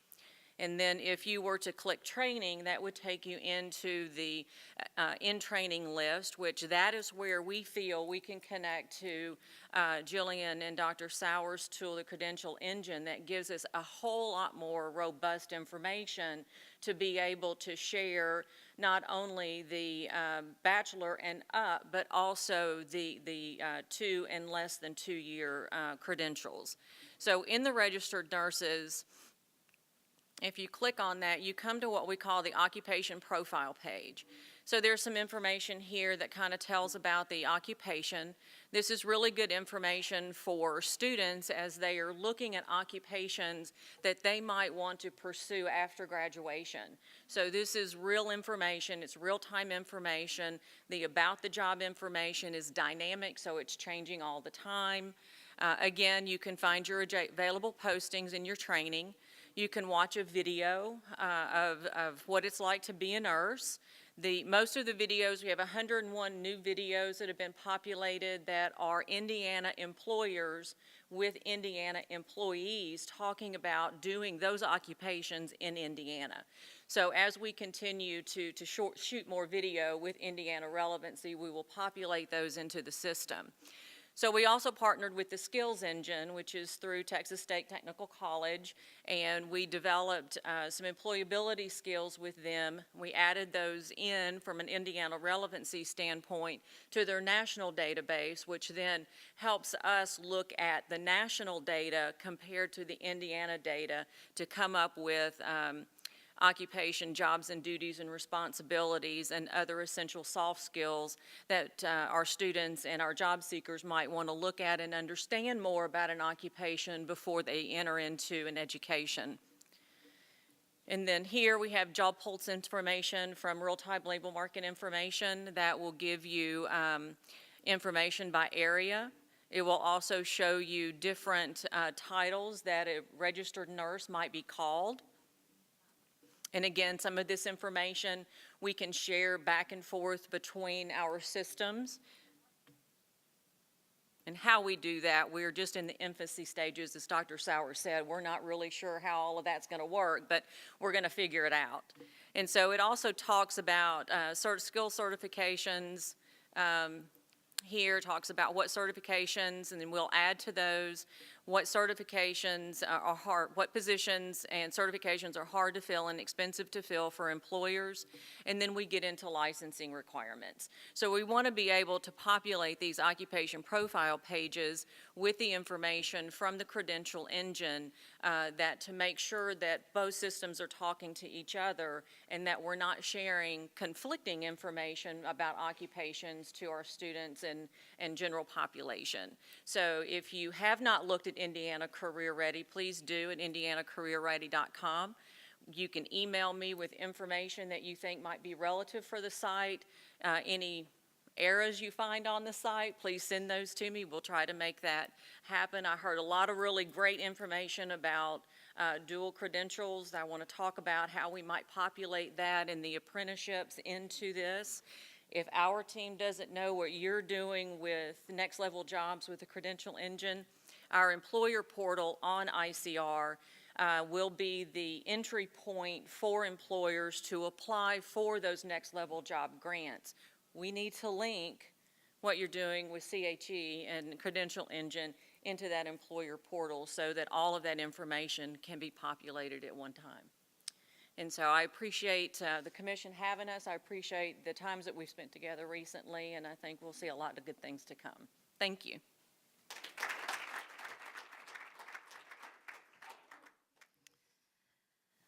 Hi, my name is Gina Diem. I'm with the Indiana Commission for Higher Education. I'm the director for research and analytics. I have a PowerPoint presentation for you guys. Jillian, how do I? Oh, it's right here. Thank you. Sorry about that. So I'm here to kind of talk about our current return on investment reports and kind of the data that we collect for our return on investment reports. We compile a lot of data related to cost, debt, and also employment outcomes of Indiana college graduates to kind of help inform students and also parents on helping make decisions on where to go to college and where I want to study and what are my outcomes after graduation. So we'd like to kind of just talk about those common metrics that we collect and the value that might provide for Credential Engine. So some of the key first set of metrics that we collect are cost and student debt information. So we do, as a part of this, collect the annual cost of college before and after financial aid. So that's your total sticker price.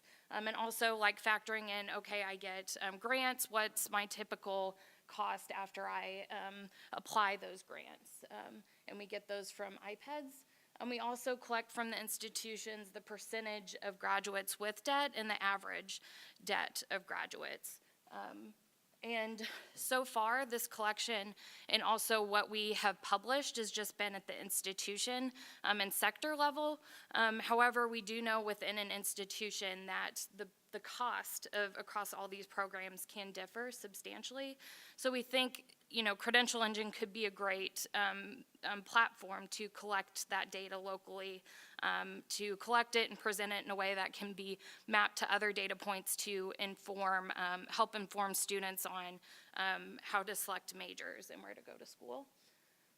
The second component of data that we have as a part of this return on investment report are employment outcomes.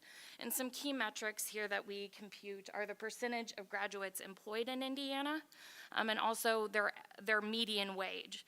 And we do this through collaboration with the Department of Workforce Development. So we match our graduate data from our database at the Commission with the Department of Workforce Development to look at, are they employed? What is their typical wage? And we not only measure that like 1 year after graduation, we also do that 5 and 10 years to see, okay, what are my outcomes over time as well. However, there are, and here, this is a data point that we do have at the degree program level. So we calculate for each institution and each zip code these data points. So it can be valuable for a student in comparing institutions and certain programs within institutions. However, there are some limitations of the data, as always.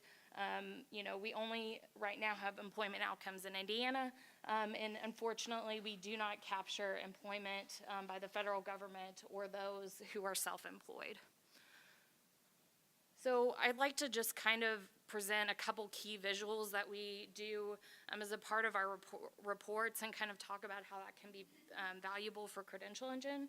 So what this does is just plot at the statewide level the median wage by degree level and also by cohort, 1, 5, and 10 years after.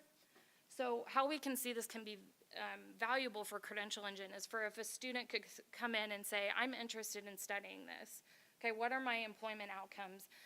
If I do get that entry-level certificate, okay, I want to go further and I want to get an associate's degree and then a bachelor's degree. You can see the return increase in your wages in that regard. And you also can see, okay, like as I gain more experience, as I gain more of that key competency skills, I can see over time my wages would also increase too. So it can be understanding for the student, okay, my first year out, maybe I don't have that wage that I perfectly, was my perfect goal, but over time I can get to that. Here, this is kind of a valuable graphic to show how these data points can be helpful for the student in choosing a major and understanding their employment outcomes after graduation. So here we've plotted some key metrics, the median wage, which is the green bar, and then the percent employed, which is the white dot with the black circle. So we can see registered nursing has been a key topic today. High median wages 1 year after and large employment outcomes.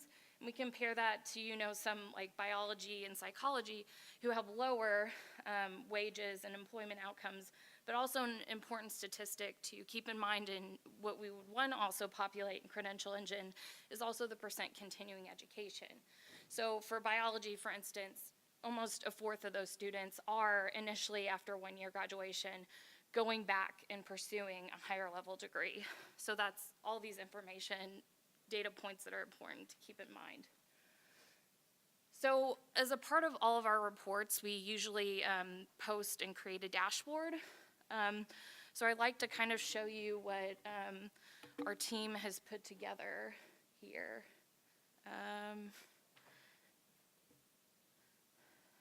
Jillian, can you give me some cliff notes here? But anyway, this here shows the typical wages here for each program we have posted.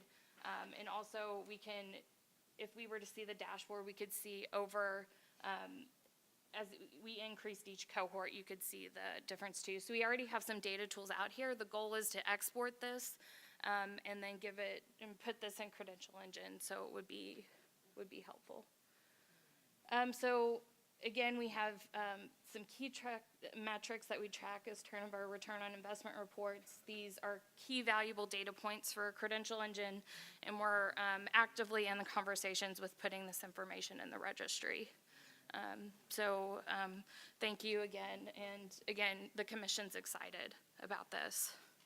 So thank you.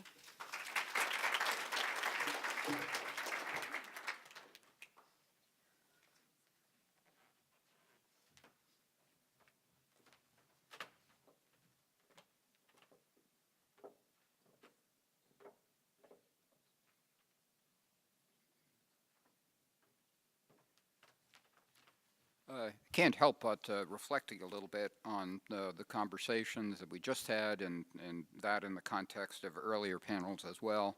And one of the things that Janet emphasized was in connection with the next level jobs was that certification information could be provided as well. So we have lists of the certificates that are part of the next level jobs initiative. But what Credential Engine has enabled us to do is to indicate how those certificates are also linked to professional and industry certification. So we're adding value to the information that we already have by compiling these lists and linking them to the certifications.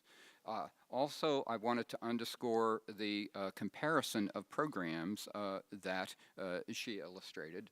That is another important aspect of the registry and the platform that Credential Engine has built so that a student could compare programs and make some choices based on good available information. I wanted to underscore something that Leanne mentioned in her presentation.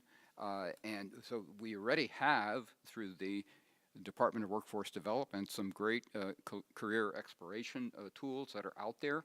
But these then can be linked, once we figure out the technicalities here that we're working on, to all of the other information in the registry, and thereby leveraging that and make it even more valuable and accessible to many more users. And likewise, I'd say the same thing about the really great information that Gina and her colleagues on the Commission's data and research team have put together on return on investment. Once again, we have that available on our website, but how much more powerful and useful can it be if it's linked to all of this other core information that is in the registry? And one other comment, and that is that I was really struck by Leanne reminding us about these 100 videos that are available that have been put together by Indiana employers, and they're very much Indiana centric. And that reminds me of a conversation that the Commissioner and I had when we first started discussing Credential Engine and the possibility of having Indiana be a state scale-up. And basically, the Commissioner, Teresa, said something like, well, it's great to be a part of this national effort and have access to all of this national data, but what's in it for Indiana? And ultimately, that's really a key question here. And I think these 100 videos are a good example of how this provides so much value to the state of Indiana. And by the way, this is why we also appreciate the work of Scott's team at Credential Engine to develop an Indiana widget, basically an Indiana application that is tailored to some of the uses that we would like to put Credential Engine and the registry. So I think those are very, the conversations and the insights have been building throughout the afternoon, but I think there are some very good ones that have come out of the panel that we just had. So that brings me to the the 10th and last use case, which is about digital credentials. And we had hoped, let's see, we have that, there we are. We had hoped to have Parchment, representatives from Parchment be here to present this last use case on digital credentials, but they were unable to make it. And because Indiana has a very strong statewide e-transcript program that is powered by Parchment, I'll go ahead and make the presentation on their behalf. But before beginning, I'd like to stress that this use case is a little different from all of the other use cases, which have dealt with programs and organizations at an aggregate level. So, for example, the return on investment information is based on looking at all students who complete a particular program and seeing how they do with respect to their employment success and earnings. In this particular case, and this is really the first use case that would connect to an individual's credential that they have earned. So I've earned a particular credential, and as I share that credential with someone else, an employer, for example, I want to also share information that comes right out of the registry, which provides a much richer picture of the credential that I have earned. So with that introduction, let me quickly go through the slides that Parchment has put together. Parchment indeed is a very widely adopted digital credentials platform. That's one of the reasons why we have been working with them to power our Indiana e-transcript program for so long. Parchment's credential exchange network reaches some 80% of the U.S. college and university admissions offices. And the Parchment platform really is about transforming credentials from paper into a digital form, and thereby making something that is very static in nature much more actionable. So, how do you turn something like this, and happen to use a Vincennes University diploma here, into something else that's a lot more useful? So the Parchment's solution here would be to allow the credential issuers to create digital versions of their traditional credentials along with emerging forms of credentials like badges. The learners are notified via email or texting that they can now access, share, and store their credentials via parchment.com, and that the Parchment award system will connect those portable digital credentials to the credential registry as a source of linked data. So this gives you a quick picture of the text or email that a student or a credential owner would receive telling them that their credential is now available in digital form. They would create a password protected account, and then they would be in a position to really build their own professional profile. They could share this on social media, such as LinkedIn, for example, and the other forms of social media, should they choose to do that.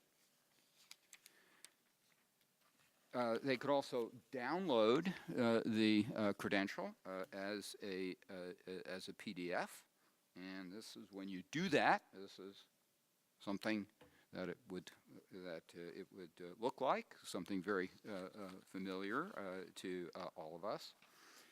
But here's where things really get interesting.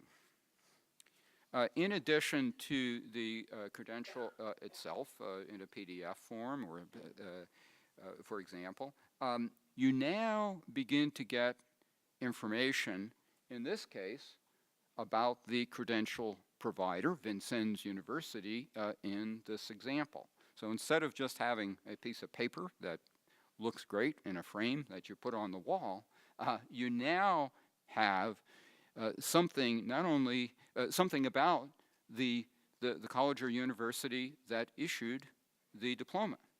And that's described based on information that was illustrated earlier, that Jillian has illustrated in the earlier example. So it's already on the registry, and you're just connecting this information about the digital provider, in this case Vincennes, to the digital credential. Likewise, in this case, if someone earned an Associate of Science in Nursing, they would now be able, again, pulling from information that has already been entered on the registry, they could pull some information that describes the particular credential that they have earned. And as has been indicated previously, one of the important descriptors about each credential is the competencies that someone who has completed that credential has mastered. And that's really critical, especially as we think about the alignment of competencies that someone has earned through a program with the competencies that employers require in particular positions they are posting.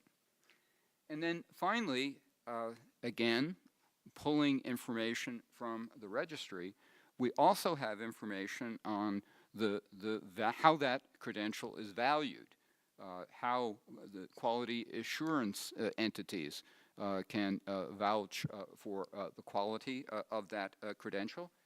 In this case, we have one of the two nursing accrediting groups, ASEN, that has accredited the Vincennes University program, and this is known to the receiver of this digital credential. And then finally, actually, one more bit of information, which is if somebody is interested in the actual curriculum, and in some cases, perhaps a licensing requirement will include an internship that had to be completed, and this would be included in the curriculum description. That could also be accessed, again, from information that has been entered about that credential in the registry. So, the Parchment Award platform makes credentials multi-dimensional and in real time. The integration with Credential Engine allows data within the registry to be displayed, adding really a new dimension, some real depth to that credential. And learners can access and share what the credential represents, again, about the knowledge, skills, and competencies that are associated with that credential and which they have mastered. So with that, I am going to make a few remarks about next steps that we are contemplating. As the Commissioner indicated, we are committed to putting all of the credentials from the public sector onto the registry. I am happy to report that we are getting very close to having almost all of the credentials that are offered by our two-year institutions, Ivy Tech and Vincennes, on the registry. And that indeed will be a great accomplishment. We're getting close to doing that. Ivy Tech actually is looking at and talking to Scott's colleagues at Credential Engine and Southern Illinois University Carbondale, which has done the work on the digital platform for the registry, about ways in which the entire inventory and related information about the programs at the college could be exported from the student information system into the registry, and that would be a real accomplishment and something that we believe other colleges would be able to benefit from. We are also committed to working with our private institutions to have their credentials represented on the registry. Again, as the Commissioner mentioned in her opening remarks, we actually have two private institutions that are already represented in the registry. The University of St. Francis has all of their credentials on the registry, and the Indiana Wesleyan University has most of their health credentials represented, so that's terrific. But we want to reach out to all of our private institutions and invite them to join us in this effort in populating the registry. We're also committed to working with all relevant sister state agencies. Of course, we already have the Department of Workforce Development and the Professional Licensing Agency with all of those health and other licensing boards within or under that umbrella, but we want to work with other state agencies as well. We are committed to working with our business sector. We really appreciated that Matt Brooks could, as an employer, as representing an association of employers, could work with us, and we want to greatly expand that outreach so that business, the business perspective could be well represented in how we implement Credential Engine in the future. We are committed to continuing our work in representing military training and experience on the registry. The great partnership that we have had with Lisa Lutz and her colleagues at Solid has really been tremendous, and but there's still a lot of work to be done, and we're committed to continuing that work.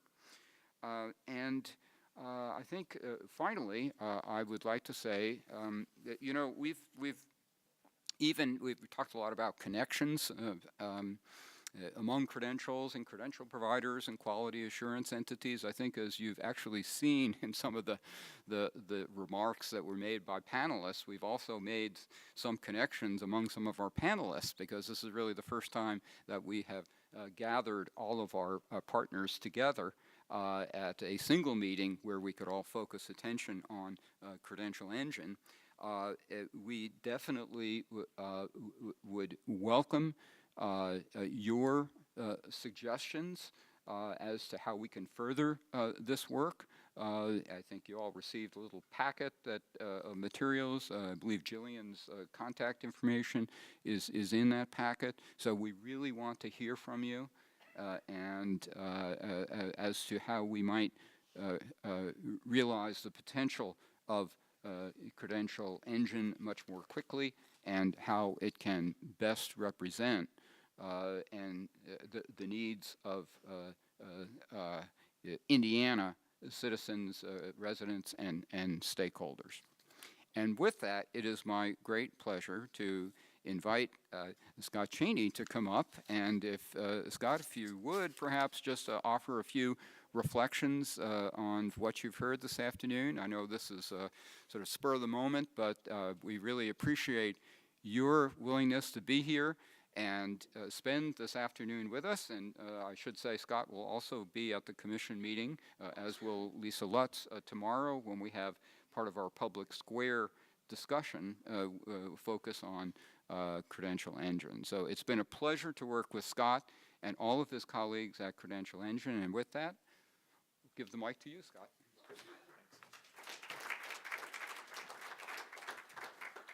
Ken knows that I have no problem speaking on the spur of the moment, so he happy to do it. First of all, thank you very much to Ken and Jillian and to Commissioner Lubbers and everyone who actually spoke today and has been deeply involved with this partnership. I do think, though, before I go on, we need to give a special round of applause to Ken and Jillian and their team, who've done just an amazing amount of work on all this. So in trying to bring some wrap up to what I've heard today, I think the first and most appropriate word is wow. We spend a lot of time back in our team, and it's a fairly large team of volunteers and consultants and employees, trying to think about what this could be and what we would envision it being. But to be here today and to see a state that has taken this on with not only the vision, but the actual application, the practice, to think about how you can take a credential registry, which sounds as esoteric as you can possibly get, right? And put it into practice so that you have applications that are helping industries, students, veterans, policymakers, educators, go on and on and on, and how this can be a part of improving so many aspects of Indiana and the economy, and everyone who's living here and trying to find their pathways forward is really very heartwarming and very encouraging. And if I could pick you all up and drop you into the next 10 states that we want to work in and have your vision and your passion shared, I would do that in a heartbeat. So please walk away from today with a lot of recognition and a lot of pride about what you've done and where you're going and what we want to highlight to the rest of the country about what can happen with all of this work. So I was thinking earlier about the analogy that Commissioner Lubbers started with, which was the GPS. And we've talked about this as a GPS and as a mapping service. And it's true that there's a lot of people that need that assistance in finding their pathway and finding their road to the right education, the right training, the right credential in order to find their pathway to a good career. And knowing that careers change so often, what is the next credential they need and how do they stack it? We've also talked a lot about our services as being akin to Expedia.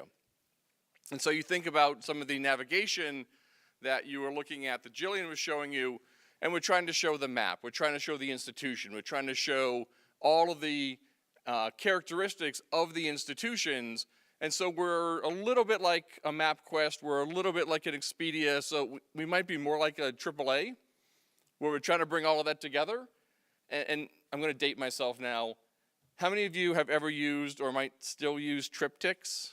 Right? Thank you. Triptychs. You want to go from here to Los Angeles. Here's the best road. Here's the construction. Here are the restaurants. Here's a good hotel. They take pets, right?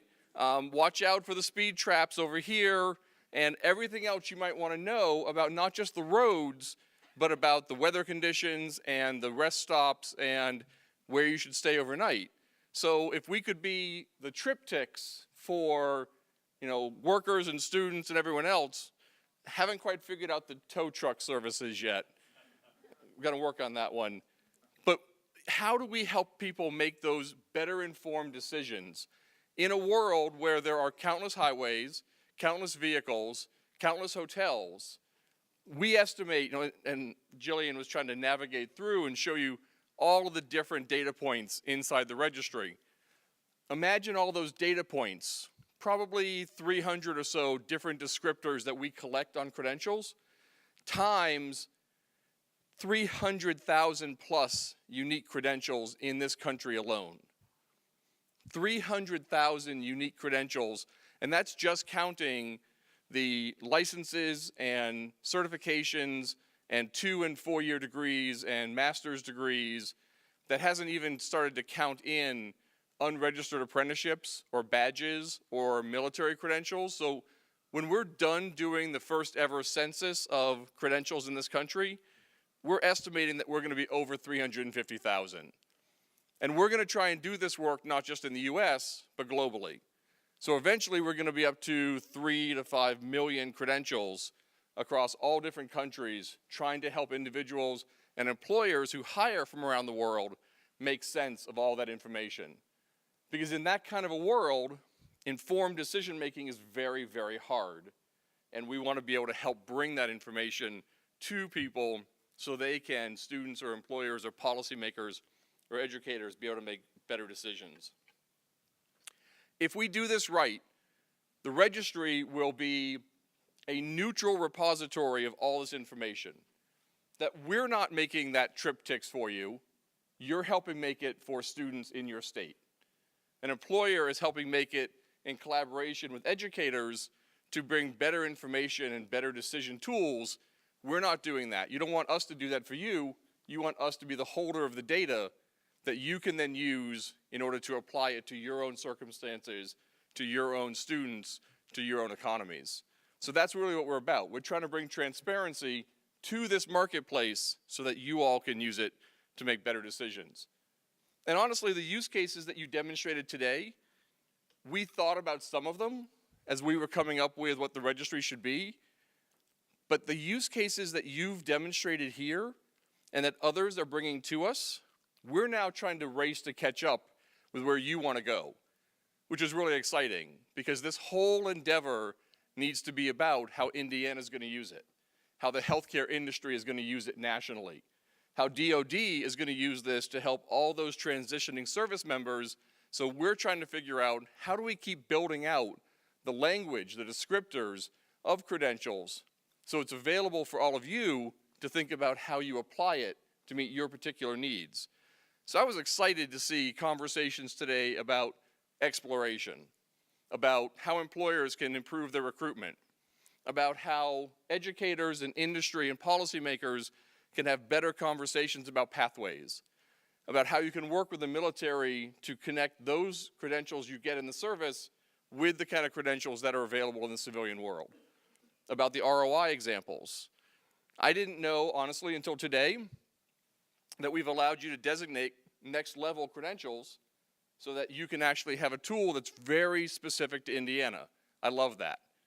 This is exactly what we want to be able to do to help you be able to use this to improve your own services, systems, policies in Indiana.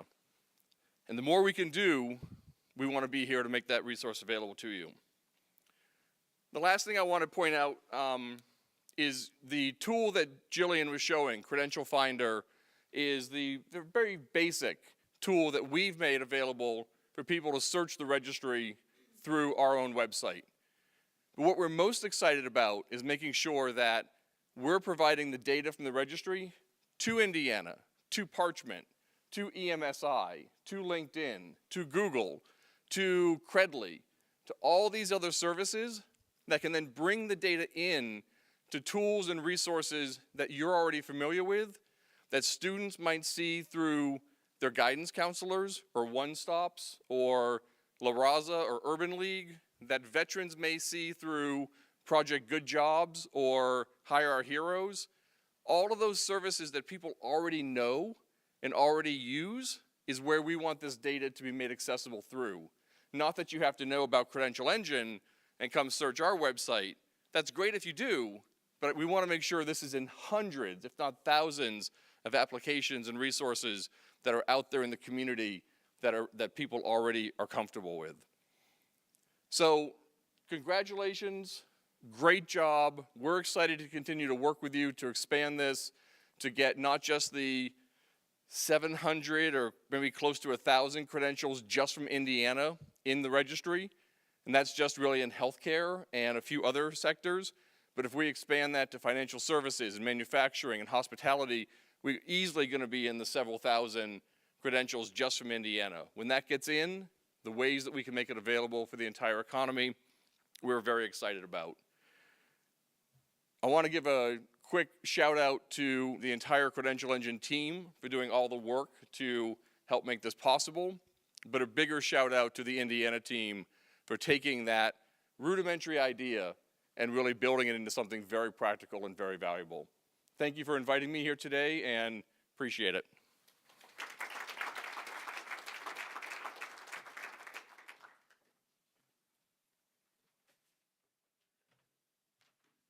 Well, thank you, Scott, and this really completes the program. So I do, on behalf of the commission, I do want to say thank you for coming here. For those of us who have, those of you who have worked with us, we really appreciate your effort. For those of you who are interested in working with us, we appreciate your coming here and listening to the presentation, and we look forward to working with you. Thanks again for coming.